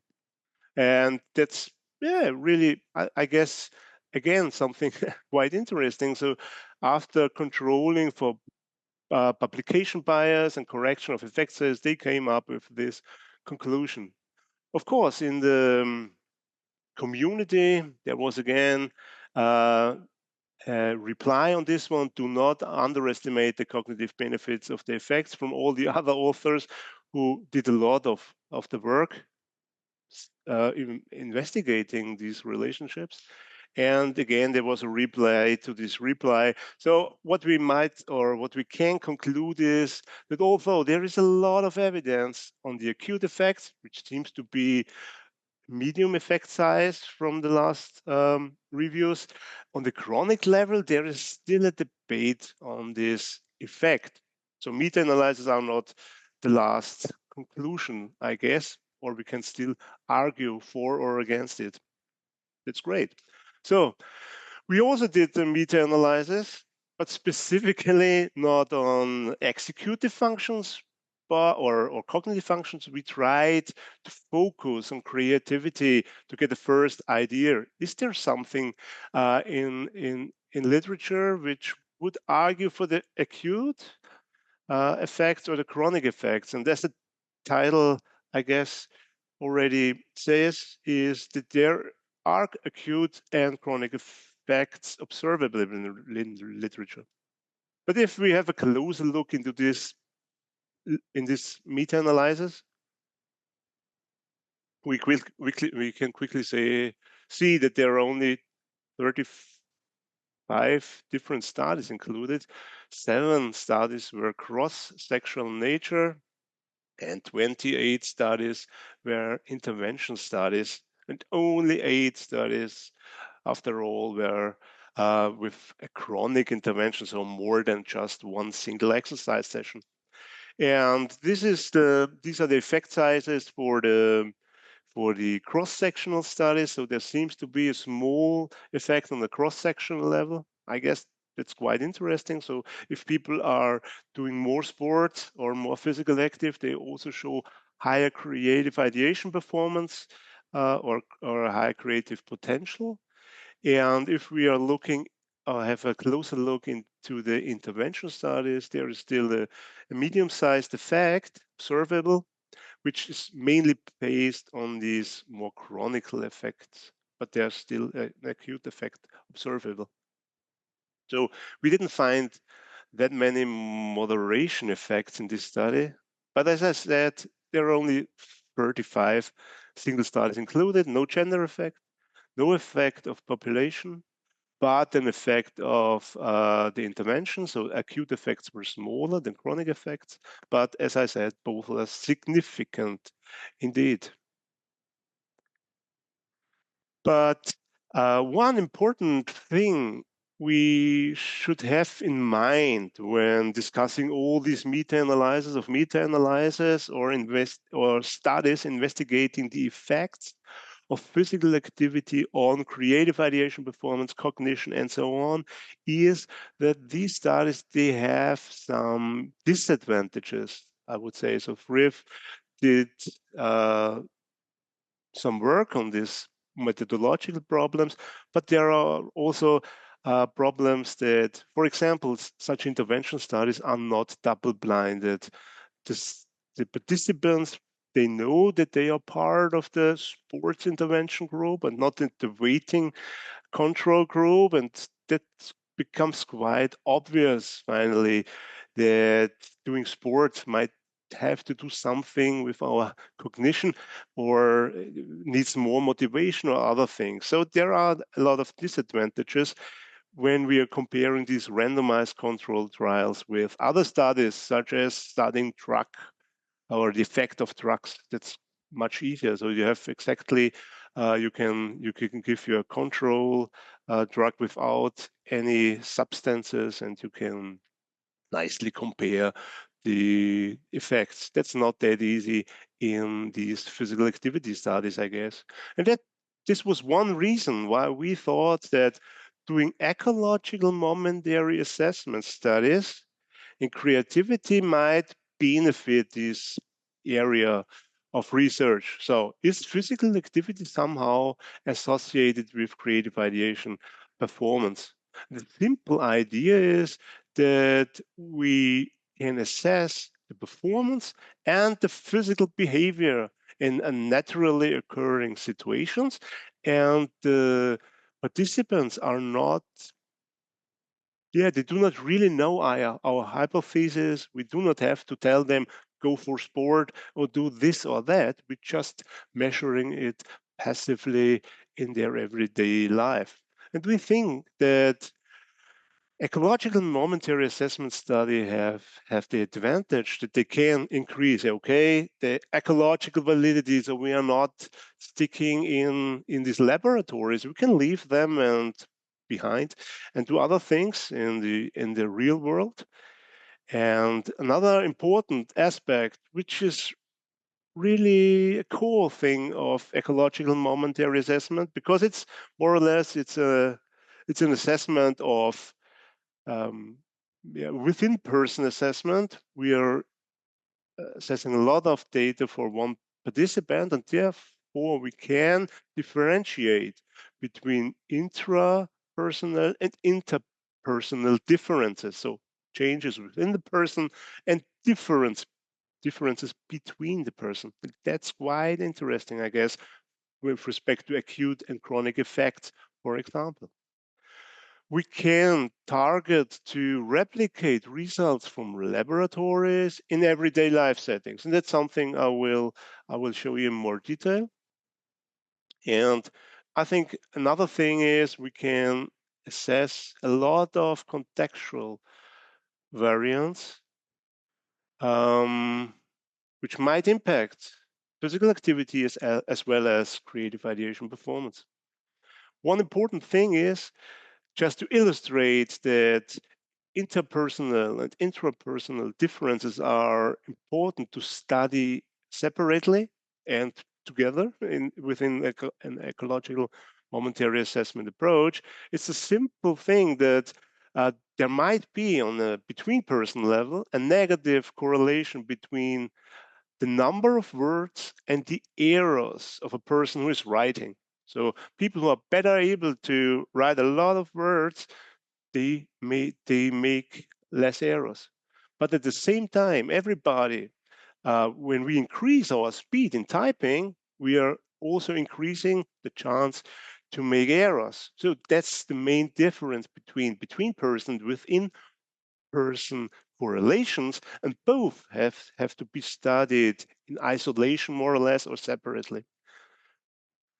So the thing we are most interested today is that we try to capture in our everyday life the physical activity thing, maybe also affective states. I will show you some results on affective states. And I am also interested on the subjective experience of creativity of our participants. In the very first study we conducted with this ecological momentary assessment, we collected data of 150 and some participants. Honestly, all these participants were students, Austrian students. So yeah, maybe it's not that general as able as we might wish, but it's valid maybe and most probably for young participants. We used the ambulatory battery of creativity, which is really not a good term for or good name for this assessment. It's simply a verbal and a figural creative ideation task applied in everyday life context. We assessed these performances in everyday life, as I said, for 5 days in total, and every participant got 12 prompts, random prompts a day between 9 and 9. We use the figural creative ideation task, which is the Torrance, which uses this picture completion of the Torrance test, which might be the reason why I'm talking today. They had 60 seconds response time. Altogether, we collected 3,000 and some prompts. Originality of the drawings was rated by 4 independent raters, and we came up with okayish with in-person reliability. And yeah, it's also interesting, most of the variation was within the person. So there's a lot of variation from one moment to the next moment with respect to originality. That's just the spectrum more or less of the creative value of ideas for item 1 and item 2 in the figural task. We also applied the verbal creative ideation task, which again has 60 seconds response time altogether. Participants had again to answer it on their smartphones. They get the random prompt at their smartphones in everyday life context. The ideas were rated on originality, and again we had a quite similar amount of within-person variability compared to the figural task. One thing which might also be important, we use these mobile sensors from Movisense, not that important. These are passive sensoring systems which can record ECG, but can also record the physical activity of participants with accelerometer systems. So we have information like with our watches, information about where the people walking, were they running or whatever. And we also had information about the number of steps before each creative ideation task in their everyday life. And what we came up with was the finding that indeed the number of steps directly before prompting a person with a creative ideation task was able to predict the creative value or the creative originality value of a person in everyday life setting. But first of all, I want to present you the effects of physical activity on the affective state of a person. We also found that on level one is the acute number of steps, which means that in situations where people show the higher number of steps than usually within these 5 days, they also showed a higher positive activating effect. They were more awake. And at the same time, they showed a higher positive effect of interest, where I'm interested. It's more or less the simple answer in these situations of a high number of steps. But what's more important or more interesting is that we also found a quite nice pattern of finding that on a chronic level, so on the mean number of steps, 5 minutes before a random prompt, if we take this mean value, we found positive correlation with the mean performance, the creative potential of a person. So people who showed more physical activity, indeed, were also more creative. And at the same time, that's, I guess, also quite interesting, it's the acute effect. If they show a higher number of steps than usually within these 5 days, they also showed higher originality of their verbal ideas, so a more original use of an everyday life object. Yeah, we didn't find this nice pattern for the figural part of creativity. It was not that straightforward, honestly. And so we can take our first conclusion. The number of steps predicted higher verbal creativity. That's quite nice, I guess. So, yeah, it's cool finding still. But all these findings or the pattern of findings are correlative. That's the disadvantage of this great ecological momentary thing. It's a disadvantage in contrast to these randomized controlled trials. So to bring a little bit more causality into these results, we thought that we can use physiologically informed prompts with the simple thing that when you are sitting a long time, you get a prompt. So you're really at as a sedentary mode of behavior. Or when you show a really high amount of physical activity, you also get prompts. Then we can easily compare sedentariness against high physical activity, and then we can show causalitious things. That was the simple idea. We pre-registered this study, which, yeah, again, we studied about 150 some participants, again, students, again from Austria. Okay. We use this physiologically informed system, so prompting when in a high physical activity mode or when in a longer sedentary mode. We again applied verbal and figural tasks for 5 days again, 12 physiologically informed prompts, and we use this activity algorithm of Ebner Bremer. It's quite an old one. The verbal and the figural task, quite the same as in the previous study. And we additionally, and that's important for this specific study, we additionally applied the subjective creativity rating. So how creative do you think your idea is? So it's more or less an evaluation thing included in this study. It's not only the objective, but it's also the subjective experience of creativity. Both measures showed, I guess, quite nice between person variation and within person variation. So to have a look at the manipulation check, so does this study work out as we expected. So we had to look at the affective states of the person and at the physiological activity of the participants.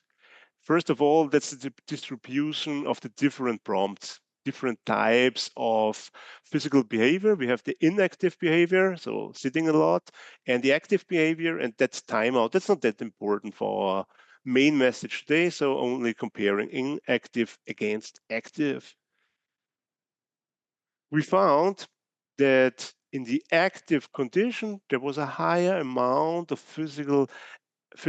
of positive activated affect, PAA, higher scores of awake and such things. We've also found, as expected, a higher number of steps associated with the active mode, and also this metabolic equivalent was higher in this active thing. When we now tried to predict the creative value of participants, we came up with the quite nice finding, but maybe a little bit contradicting, that inactive versus active came up with lower performance. So the objective performance was a little bit, but still lower when participants were in a really high active mode compared to an inactive mode after controlling for subjective creativity and other things. So we came up with a directly, the opposite finding as expected. But when we take a closer look into the subjective experience, creative value of ideas, we can see the expected pattern of findings. So people indeed thought that they evaluated their ideas as more creative in these very situations of high physical activity against the inactive mode. That's quite interesting and surprising, I guess. One thing I want to add is that on an individual level, we can see that the effects are really have a high heterogeneity. So there are people showing increases and other people show decreases, just the mean effect I'm going to report here. And what about the the figural creativity in this context? That's something, with a pattern of finding which makes me even more confident in our pattern for verbal creativity. Again, also for figural creativity, we found this negative effect. So if people in the show a lot of movement directly before the prompt, get prompted when they are physically active, they showed lower performance, but they thought that positive effect, that their performance was quite good or better than in inactive mode. So in the context of the initially stated quote of Nietzsche, this might mean something we all experience, that we are in moments of the highest physical activity, we think that we are quite creative and our creative evaluation is more positive, but maybe the objective performance is in this extreme comparison, that's an important thing, maybe lowered. And therefore, it's important to go one step further and have a closer look into this. Conclusion 3, objective creativity might benefit from physical activity just until a certain threshold. And this is, of course, a topic we know from literature. There seems to be a dose-response relationship. A lot of these randomized controlled trials in the context of cognitive performance have investigated this, but this dose-response thing is really a heavy thing. So there are endless combinations of doses and responses. So a lot to do for the next centuries. And another thing is that, and I think that's quite sure, there seems to be no strict causal effect of high or highest physical activity on creative cognition, which goes beyond the subjective experience, which is, I guess, a quite nice pattern of finding, so that we can even increase our subjective experience of creativity further. Yeah, and that calls for a tailored physical activity interventions to boost creativity. Also, these simple slope things told us for each individual that there is a lot of variation going on. And this is my last part for the presentation today. I presented you a lot of research, or some research, it's not that much, some research on the effects of physical activity on this creative, more or less artificial creative ideation thing, which might or might not translate into some creative behavior in everyday life. So therefore, we were interested to study if everyday physical activity is somehow associated with creative activities. Something which hasn't been investigated so often before. And one disadvantage is that we only had this cross-sectional, this between-person perspective on it. So we only had the possibility to have a look if people who show more physical activity in everyday life are really show more creative activities in their everyday lives. And yeah, okay, we found the pattern that with the sensor technology, so more or less the physical activity on the moderate to vigorous level, so it's about walking and running, so people who show more of this behavior in their everyday life, we assessed it throughout 5 days as usually. Those people also rated to have more creative activities in their everyday life. So it was a positive correlation. It was significant. It was not significant for creative achievements by means of this sensor technology, but we also found it for self-rated physical activity. So there are some questionnaires where you can say, where you can rate how often you use your bike to go to work or whatever. And by means of this information, there was a positive link between activities and achievements. But on the objective level, as I said, only on these everyday creative activities, which is still quite a nice finding from my perspective. So there seems to be a connection. So to finish my talk, or to bring the final slide again on this theoretical thing on health neuroscience or brain health, I think I have explained some results which might argue for the idea that creativity is maybe an indicator of brain health or of a healthy brain. So thank you very much for your attention, and I'm hopefully a fruitful discussion. Thanks. Thank you so much, Christian. That was Thanks. super interesting. There's lots of questions, so I'm going to take them one by one. I'm glad we have a little over 10 minutes to go into it. We'll start with Kelly's question for you. Do you have a theory of what is driving the connection between physical activity and creativity?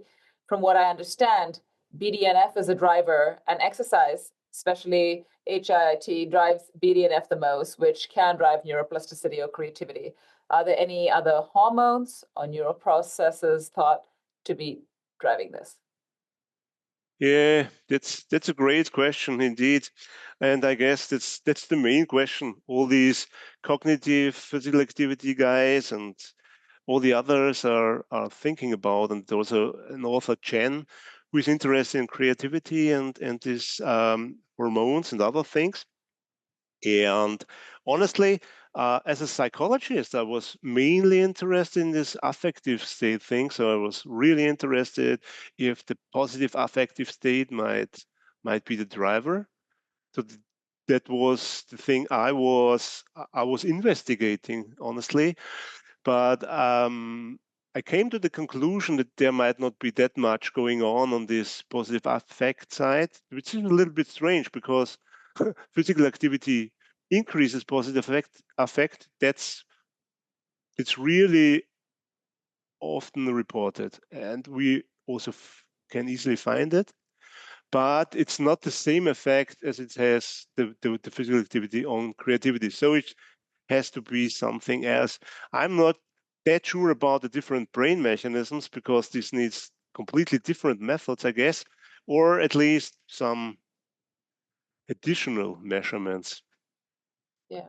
So as I said, there are nice overviews on this topic. If you're interested, by Chen and others who are suggesting some routes of mechanisms, but they are not investigated as far as I know. Okay. That's great. It takes us to the next question, which is from Desiree Sharp in the Torrance Center. Often people view creativity as an overarchingly positive experience, but the process itself is typically more complicated, with times of discomfort and anxiety and times of aha and euphoric moments. Do you think perhaps people in post-workout moods with elevated endorphins, etc., might perceive they're more creative because they feel good and they believe creativity feels good? This is now more on the subjective finding, or? Yeah, I think so. Yeah, I guess so. Yeah, I guess so. Here, I think the positive affective thing is part of the explanation. So if you're doing a lot of movement, or when you are moving more, when you show a physical activity, your affect increases and your evaluation too. And I think that's quite a similar variance we observe. So it's really a large overlap. But still, this has some additional information from a creativity research context, I guess. So yes, I would say yes, the positive effect is part of the subjective creative experience, like the aha moment or whatever. Yes, yeah. Yeah. Oh, I oversaw an earlier question. Shannon asks, on the verbal creativity slide, can you provide more context to the SE standard error? Is that in correlation with the writing errors that were mentioned earlier? Which slide exactly? I think verbal creativity slide. Figural creativity. If you want to unmute yourself, and I don't think it's there. Oh, is it that one? I'm not sure. I'm not Shannon, and I can't see Shannon. Okay, Shannon, if you is let's see. Yes, that one. She says yes. Okay, Anna, might you repeat the question? It's late in Austria. Yeah, no worries. She said she just wants more context to the, I think, the standard error estimates. So is that the correlation with the writing errors that were mentioned earlier? Okay, no, that's more or less that's the effect of if you're doing more steps, then you show a higher verbal creative originality on an objective level. So that's the unstandardized effect. Yes, exactly. Cool. All right, So, I hope that answered it for you. These effects are all small, which is quite obvious. So if I'm just doing some physical activity, I'm doing 3 or 5 steps. Yeah, you cannot expect large mean effects. So these are really small effects. Okay. Okay, we go to the next question from Shay, maybe. Might higher levels of exercise influence creative confidence? In brackets, if subjective evaluations of creativity increase and therefore increase in idea sharing and implementation. Yeah, from our everyday life finding, I would say would answer a quick yes, because we've indeed found that in the everyday life context, when the participants showed a sedentary behavior, they rated their ideas as less subjectively created compared to situations where they showed the highest amount of physical activity within their 5 days thing. So this is again different. So if people are just sitting all the time, then walking was something in the highest amount, and others who walked a lot were the highest amount of physical activity, of course. Yeah, running maybe or something like that. And from this perspective, we might interpolate more or less that if it's linear, increasing your exercise might also increase your confidence in your ideas. That's somehow randomly aligns with this Nietzsche thing. I think it's quite, or with our personal experience maybe. So when we are walking, we think, oh, that's a great idea, but maybe it's not that great. But yeah, that's another thing. But I think these subjective evaluations, these positive experiences might drive, maybe might drive us to establish it, to do something with the idea, to develop it further. Yeah, that's really a nice idea. Not that easy to study, but cool. Yeah. Yeah, that's very cool. I had a question on what aspects of creative ideation seem to be more positively affected by acute or chronic physical exercise. Is it mainly sort of ideational fluency, so coming up with lots of ideas, or is it more seen in the originality aspects of ideation, so high ideational originality, or is it just across the board? Difficult question from my experience, because I use only the original aspect. Yeah. So I only assess the originality aspect, but I also have the response time included, so a longer or shorter response time, which might be an indirect indicator of fluency somehow. And we also can see that the response times increases if originality increases. So there seems to be something like the serial order effect accessible by means of this task. Yeah, but we have to go deeper into this, or apply some fluency tasks in the field. I never did it because the limitation to 1 minute is quite nice. But important to investigate.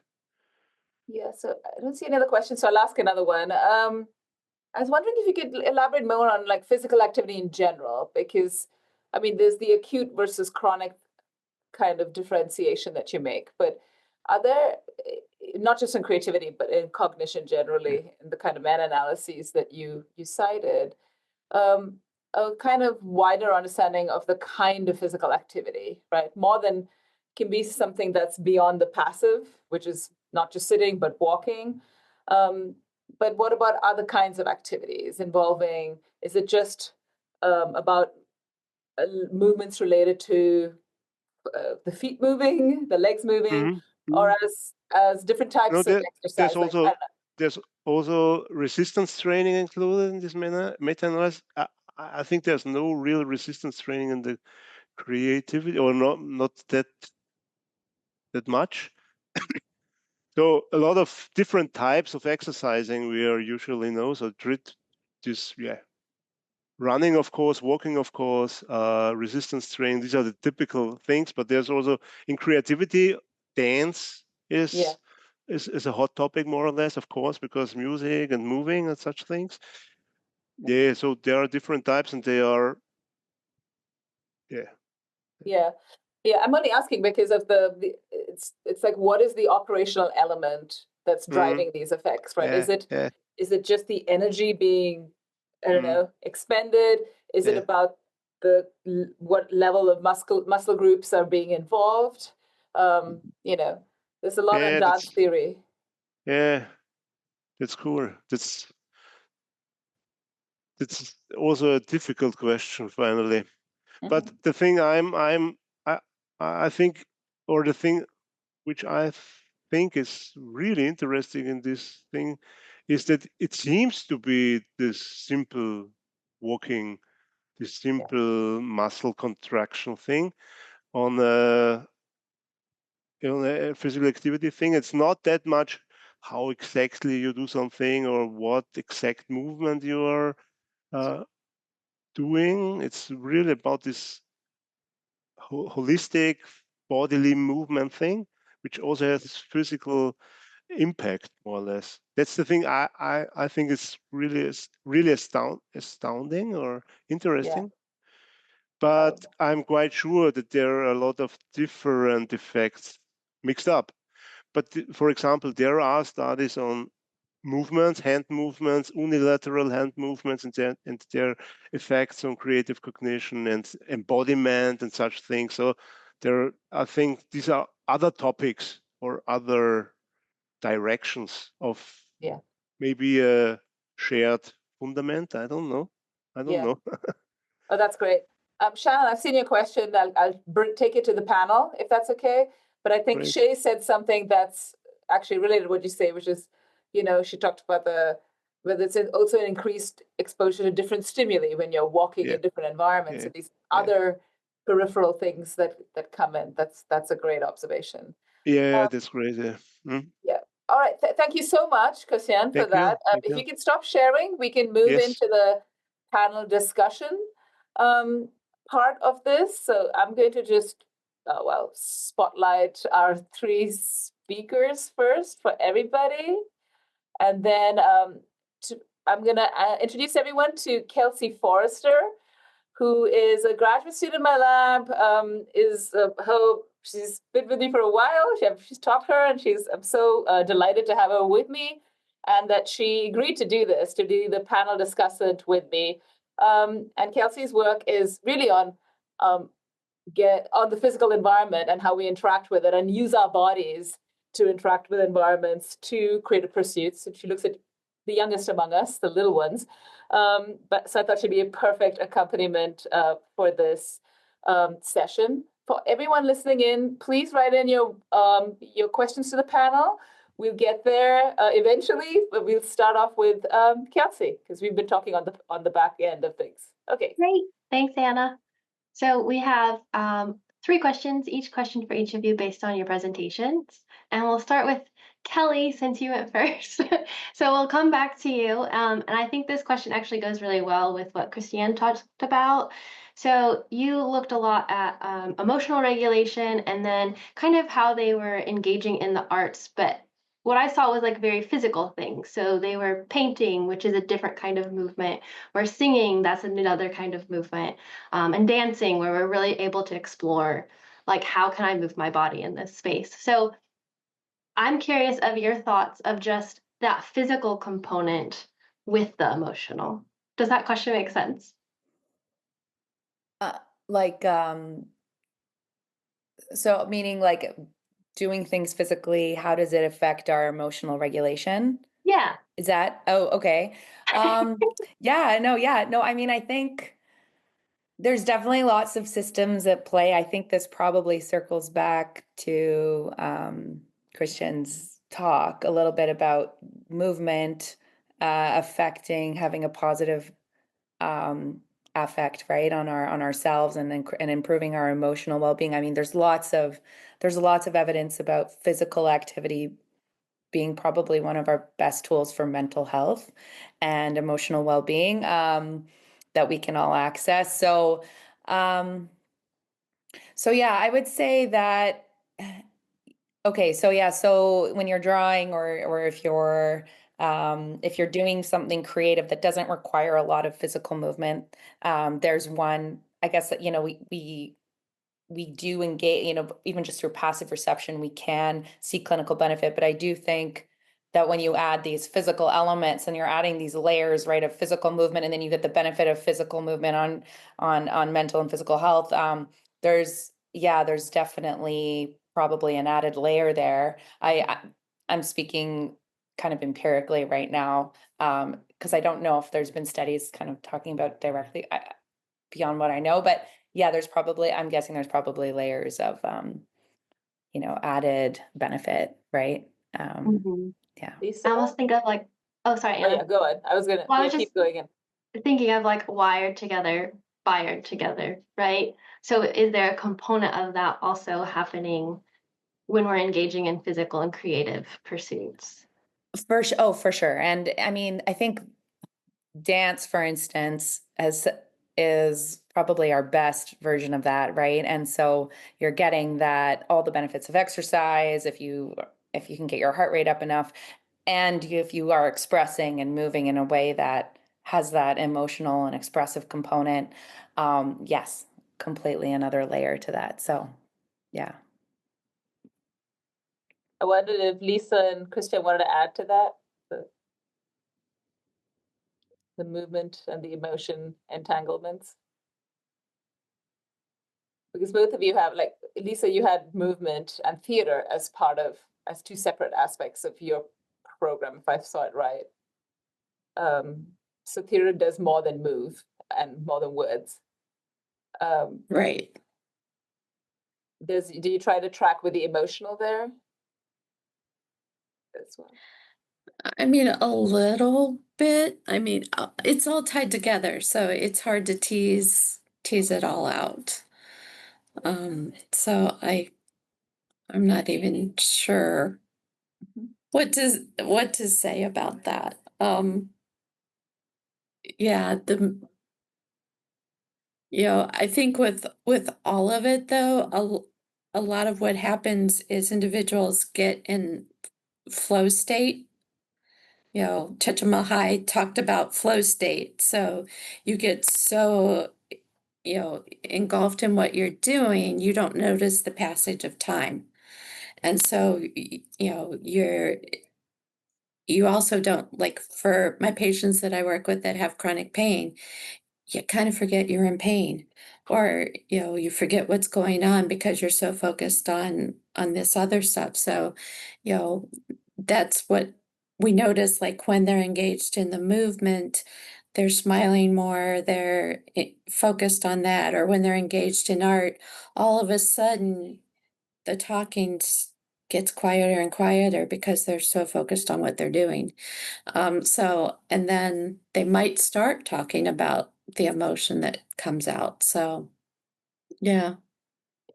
Well, I can actually just add something to that, which was interesting that you brought up about flow state, because I'm actually doing some research now on it, and I'm really, what's happening in the brain when we're in flow, and creativity and flow are quite intertwined.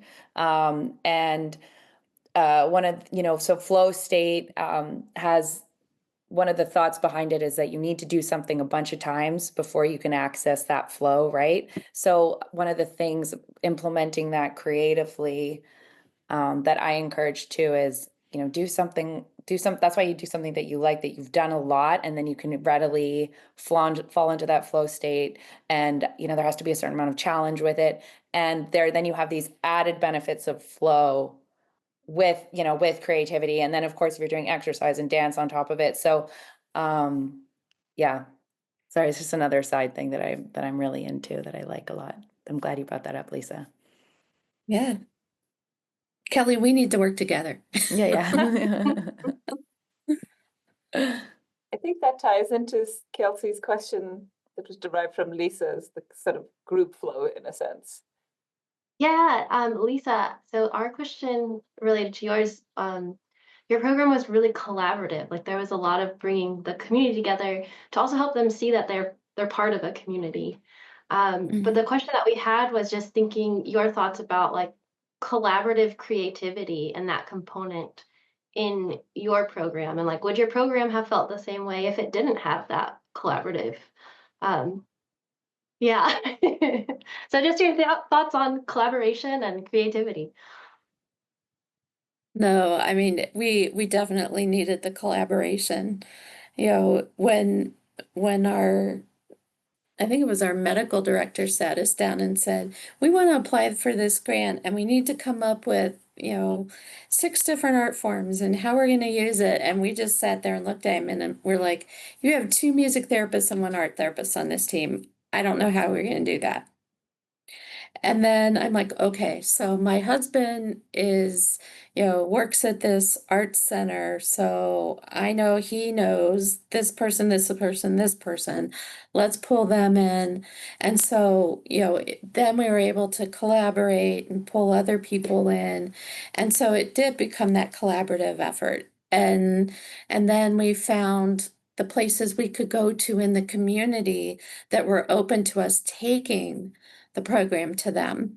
And, yes, it was research at the time, but now we're also looking at it. Okay, once we finish this last research study that we want to do, we say last, but who knows if it will be last.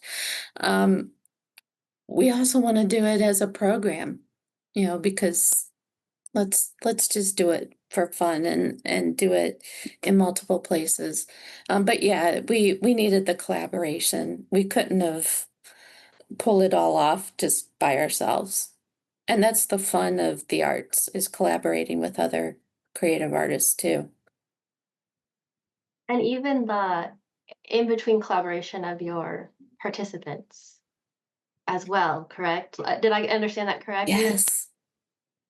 Yes, we love that they collaborated with others. We forced it on the one project, but then we found that they started going out with each other and, doing things together.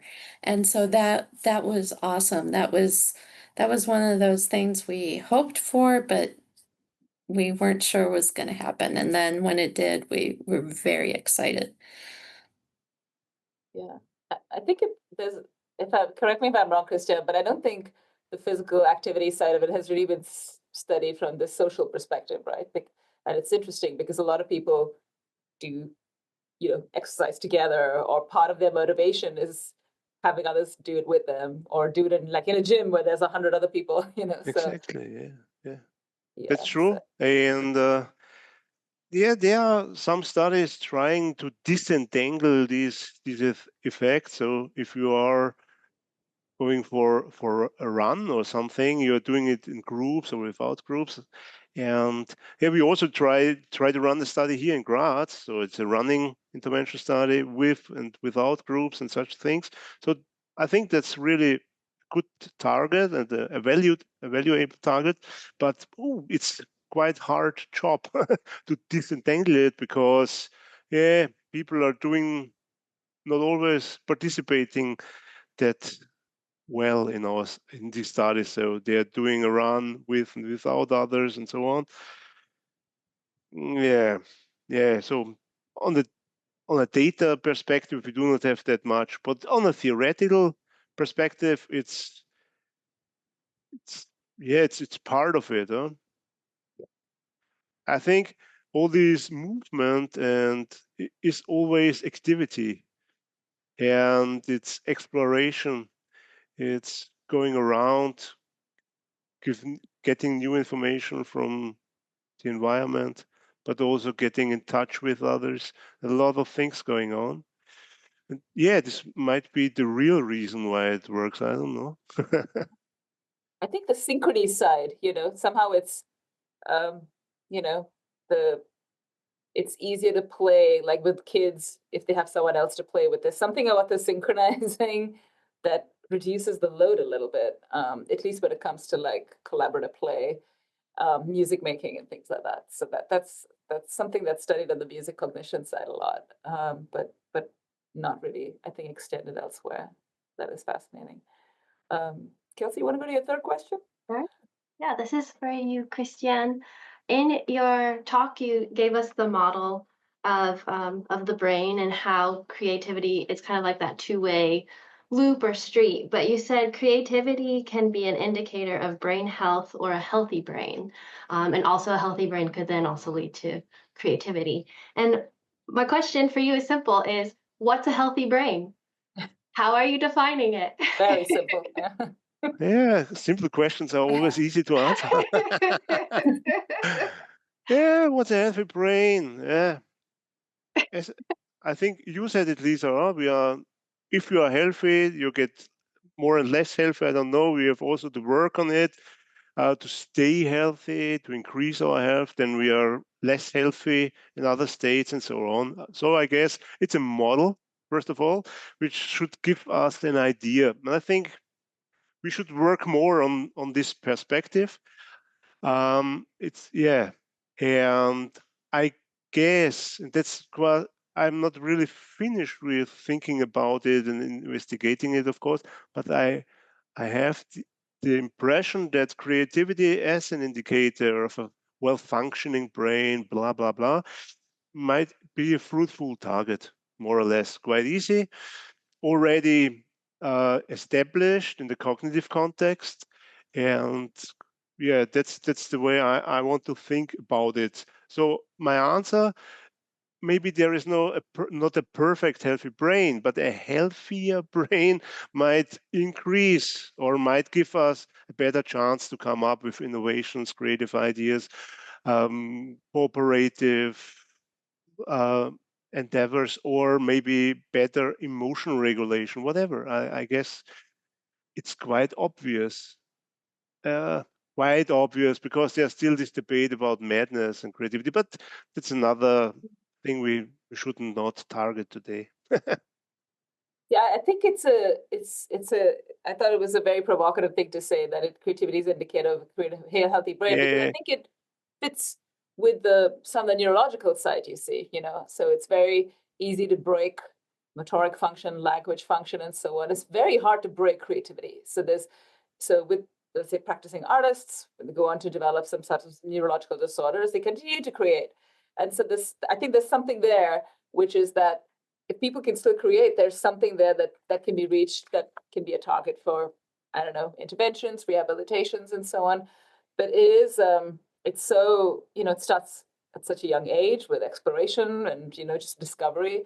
And it's so deeply wired in us that, and so I thought it was provocative, but also a really interesting thing to say, that there's something there that is, to say that this person is not at the end of their lives because X, Y, Z. What else is there? What is the potential that remains? I thought is a nice kind of way to look at it.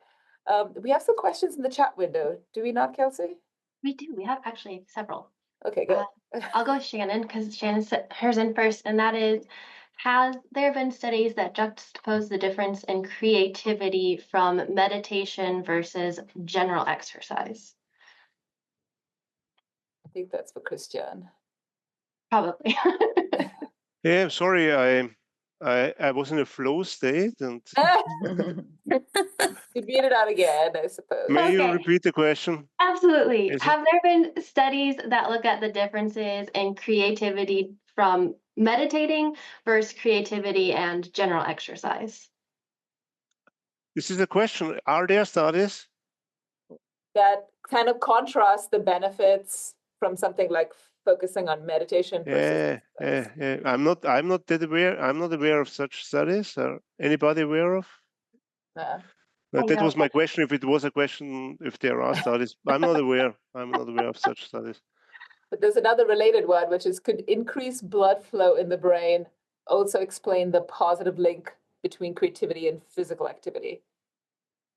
Yeah, these are the typical mechanistic viewpoints or explanations: the increase of blood flow, higher oxygen, and such things, and brain-derived neurotropic factors, and such things, dopamine, for example. All these things are suggested mechanisms, but as far as I know, there are no studies out there. But all the mechanisms which are suggested for cognition are, from my perspective, because I'm more or less studying creativity with a cognitive lens, are also valid for creative ideation, finally. And there are a lot of mechanistic explanations, but none of them are, as far as I know, proved. From my perspective, we are still at the stage to establish the effect. So is there an effect or not? That was more or less the main thing I tried to show, that, yeah, there are reviews of reviews, meta-analysis of meta-analysis, and we're still not, it's not that convincing that Nature Neuro Behavioral Communications not still publishes null findings finally and says, no, there is nothing. So I guess we have to do a lot of work to establish this effect and then go further. But maybe it's not really the truth. But I'm not aware of many brain physiological studies showing brain mechanistic explanations. Okay, that's it. Thank you. Dr. Gallagher, we have a question for you. And it says, have you noticed any pattern of differentiated therapies targeted towards specific health issues being more effective? For example, music therapy for memory deficits versus movement and dance therapy for like hypertension. I mean, music therapy is definitely used a lot for memory deficits, just because it is something that can tap into memories. A lot of folks with dementia or Alzheimer's actually remember the songs or the words, sometimes the words of songs, where they can't remember other things. So it's, it can tap into those parts of the brain. So yes, music is used a lot with individuals with memory deficits. Music's also used a lot with folks after stroke if they have aphasia. If the person can sing, there's a good chance they might be able to speak. So we, assess their abilities to sing, and then we use different technique, modified melodic intonation therapy, speech technique, neurologic music therapy technique, and we use it to help, rewire the brain, build new neural pathways, because speech is left side of the brain. You think of music as right side of the brain, but music actually crosses the hemispheres. And it has no, technically, unless I'm wrong, Kristen, you can correct me. Technically, there's no one primary center for music in the brain. It has multiple centers. So, but, so we use music, for those. I would say movement, yeah, can be used a lot for hypertension, but music has been used, but the jury's out in that. So. Great. I should just mention that Dr. Gallagher has to leave slightly early, so if you have any questions for you should post them now. I have a question for all of you, but it started from Dr. Barnard Kelly's focus on emotional regulation and the impact of the arts. And there's a distinction we make between promoting that it promotes positive affect versus reduces negative affect.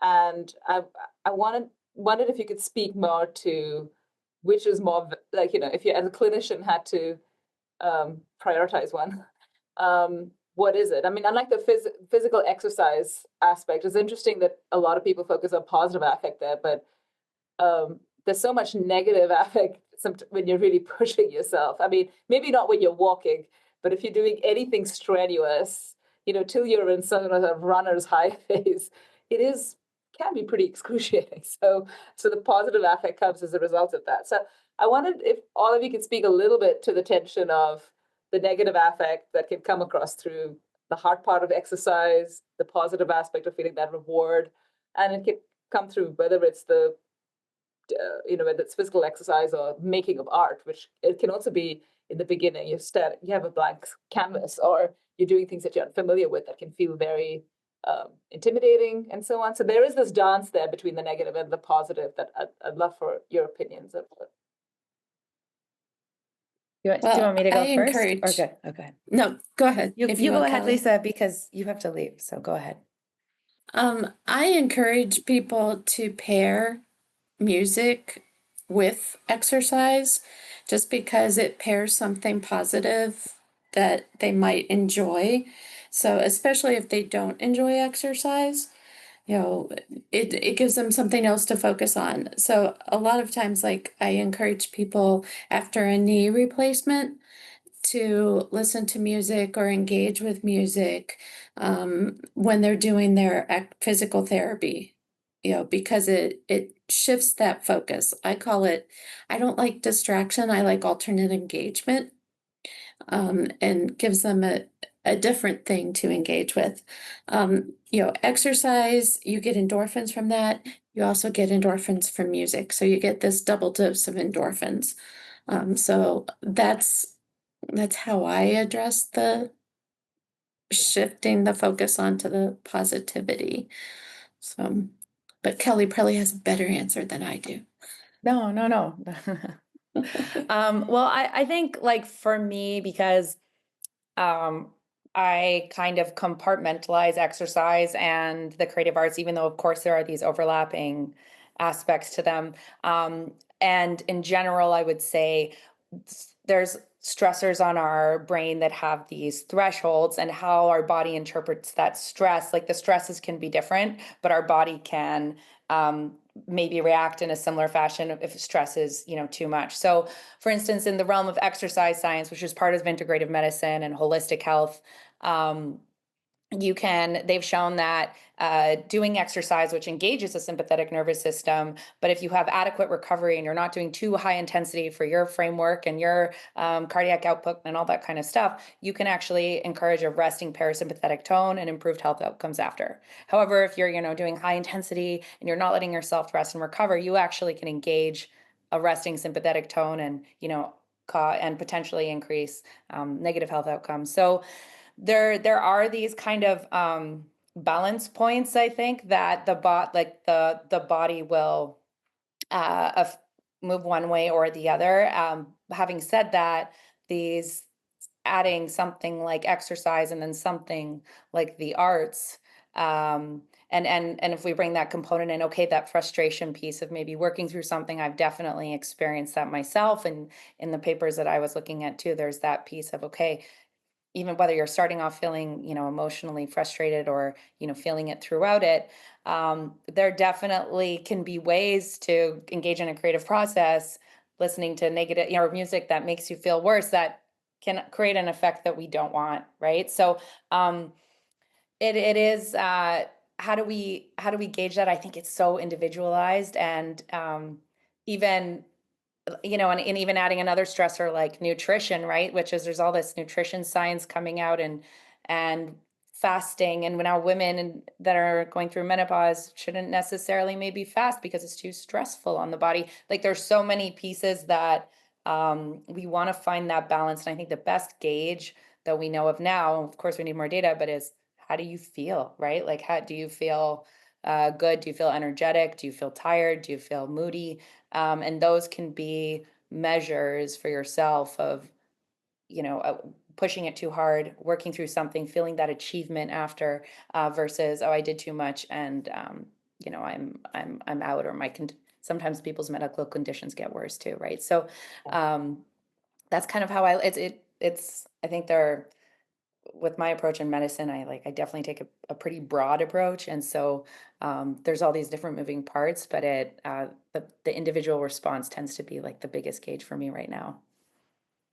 That's great. Christian, do you want to add? Yeah.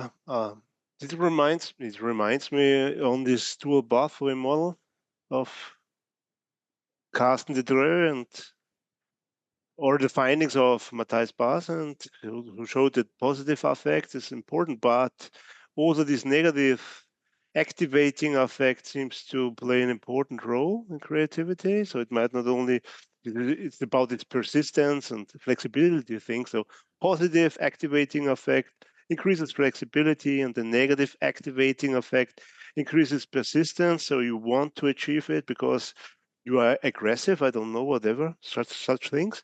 And there seems to be evidence out there suggesting that this dual pathway model has some right predictions. So from this perspective, I would argue that this activity, this physical activity thing, might be mostly an activational effect, maybe. So we feel more activated. It might be that's also something negative from moment to moment. I don't know. Mostly it's positive, because in everyday life, people are show stronger fluctuations in positive effect and negative effect, at least in our questionnaires. So maybe it's not the reality, but it's more on the activating side, maybe. So if we are moving, we are activating ourselves, and this might increase creativity on different pathways, maybe. That's cool. Can you still hear me? Yes. Yeah. Yeah. Okay, good. That's super cool about the physical activating aspect, and actually leads me to a question I want to ask all of you that I saw on Christian's slides that openness to experience was a kind of predictive factor as well. That, I mean, you didn't really have time to get into it, of course, but there's something activating about this trait, right? And I think Lisa's studies looked at found this, like, the people who opt into these, it's a sort of, you volunteer in, and there is a sort of openness to the people who say they want to do this, and the ones who don't do it, just, well, you're not in there. So you have a population that is open to experience, and there's something about these kind of personality traits that is at some physiological level kind of activating. I think the kind of, interestingly enough, the physical health side of looking at creativity and its impact might give some answers as to why this individuality that you said, Kelly, like each of us are, so there's this individual element that we bring to it, which is what are you going through now, but also like, what is your fundament, right? So I was wondering whether you could speak to the kinds of perhaps research out there on individual differences in terms of things like temperament and personality, and certain types of personality traits, such as openness to experience, which literally means like you have to be driven to go out there and get them, right? So you're activating your physical body in a very sort of systematic way. Do we know something more about that, perhaps? If any of you can have even indirect sort of insights that you might have. I'm sure there's data on it. I don't know, or I don't know. I don't personally know what the science says about that. So let me just start, just so I'm clear, you're saying like people that are have more openness and curiosity, have are more impacted by the arts in a physical way. Is that what you were kind of getting at? Yes. Okay. Yeah. Yeah, I'm not sure. That would be really interesting. I think, when I think about it personally, people that are engaged in the arts often, they do have these networks involved. There is creative brains. If they are healthier, it'd be really interesting to see on neuroimaging studies. What we look at when we have patients that are having issues with their brain or dementia, we look at actual imaging. You can look at atrophy, you can look at signs of aging and all that stuff. So there's that physical piece, and then there's of the brain, and then there's, how are they engaging in the world? How are they cognitively engaging? So if creativity is related to improved brain health, and I would imagine that those networks in place help those physical benefits come easier to people that have those pathways already quite engaged. And there is that neuroplasticity element too. So if you are a creative and you are doing it a long time, then maybe that they're creating new networks easily as well. But that is a really interesting question. It'd be good to dive into that, see what the research says about that. Thank you. So we're doing a study at the clinic that I don't think is teasing that out, but now I'm going to ask them if they will tease that out. It's called the MINDS study. And so we have this big brain health study that they're doing with thousands of people. And then if something triggered in it that they have some sort of potential for neurologic disorder, or potential for dementia down the road. They are asked if they want to participate in the MIND study, and so they're getting imaging for a year and some other things, and then they're getting nutrition and culinary medicine paired with brain health done by one of our neuropsychologists, and they're getting music therapy paired with yoga therapy. And so these are, 2 hours each week for 12 weeks. And so they'll get that for, the 3 months. And then we give them a manual with ideas of things to do on their own for 6 months after that.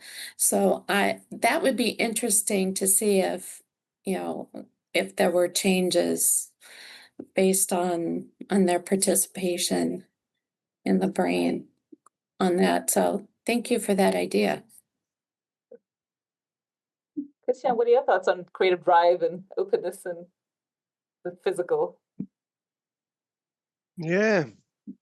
The reason for me to include this openness thing into the prediction model was simply that I wanted to show that creativity has something to do with openness. And the other thing is that there are some studies showing that more open people show more habitual physical activity. That's not that much, but there are some studies. And from my perspective, during the last years, I more and more think that openness is a personality trait which you can also term creative personality or something like that. So I guess people who are more open, and that's really often reported, or it's not the same, of course, but it's correlated. So people who are more curious and are more open, more creative, the questionnaire itself asks it, or they're more interested in arts and these things. And from this perspective, it makes sense that it's correlated with physical activity if it really exists, the connection between creativity and physical activity. And on the other side, for me, it makes also sense that people who are more open might also benefit more from art and therapy, because by definition, they are interested in, they are open to do it. So but maybe it's also the other way around. So it's always the same, or we have to do the research on this. So Yeah. there was a really interesting study on this guy from NASA studied children. I don't know if you've heard of this. He studied children to see the percentage of creative genius he could find. And he found that children under 5 scored 98% of this cohort, creative genius. And then as they grew up, he followed them over into adulthood. It exponentially decreased. And by the time they were adults, it was less than 2%, I think, something like that, that scored as the creative geniuses. So it was really interesting, this idea that we're all inherently creative, but we are not, our society doesn't encourage it. So I'm more of like the believer, like, we need to get the arts for the creatives and non-creatives alike, because everyone has something creative about them. But I totally agree. If there's an openness, then there's probably a lot more benefit to it. But if we can help people find or encourage them to find their creative juice, I think there's probably benefit in that as well. I like creative juice. That's Well, good. Yeah. Well, and I think too, Kelly, on that point, kids are open because no one has discouraged them yet. Mm-hmm. And I think a lot of times as they get older and in some school settings or something, someone tells them, oh, that's not right, or yeah, that wasn't very good. And so they get this loss of self-esteem about it. So they decide, I'm not a good artist, so I quit doing art. And so or your parents say you can't make money as an artist, so you're not allowed to study art. oh my goodness, that yes. kind of thing. Yes. Yeah. Well, thank you so much, Anna, for having me. I'm gonna have to fly to get to this groundbreaking ceremony, but I appreciate Thanks so being much. part of And good luck this. with the ceremony. Yeah. We have Thank just you. one Thank you. last question for our speakers. Thanks, Lisa. Yeah, we have one quick question. So in our lab, Anna always asks us what surprised us this week or made us think a little bit more about. So we're going to ask the same. What surprised you from this panel, or what's something that you are going to take from this to think about a little further?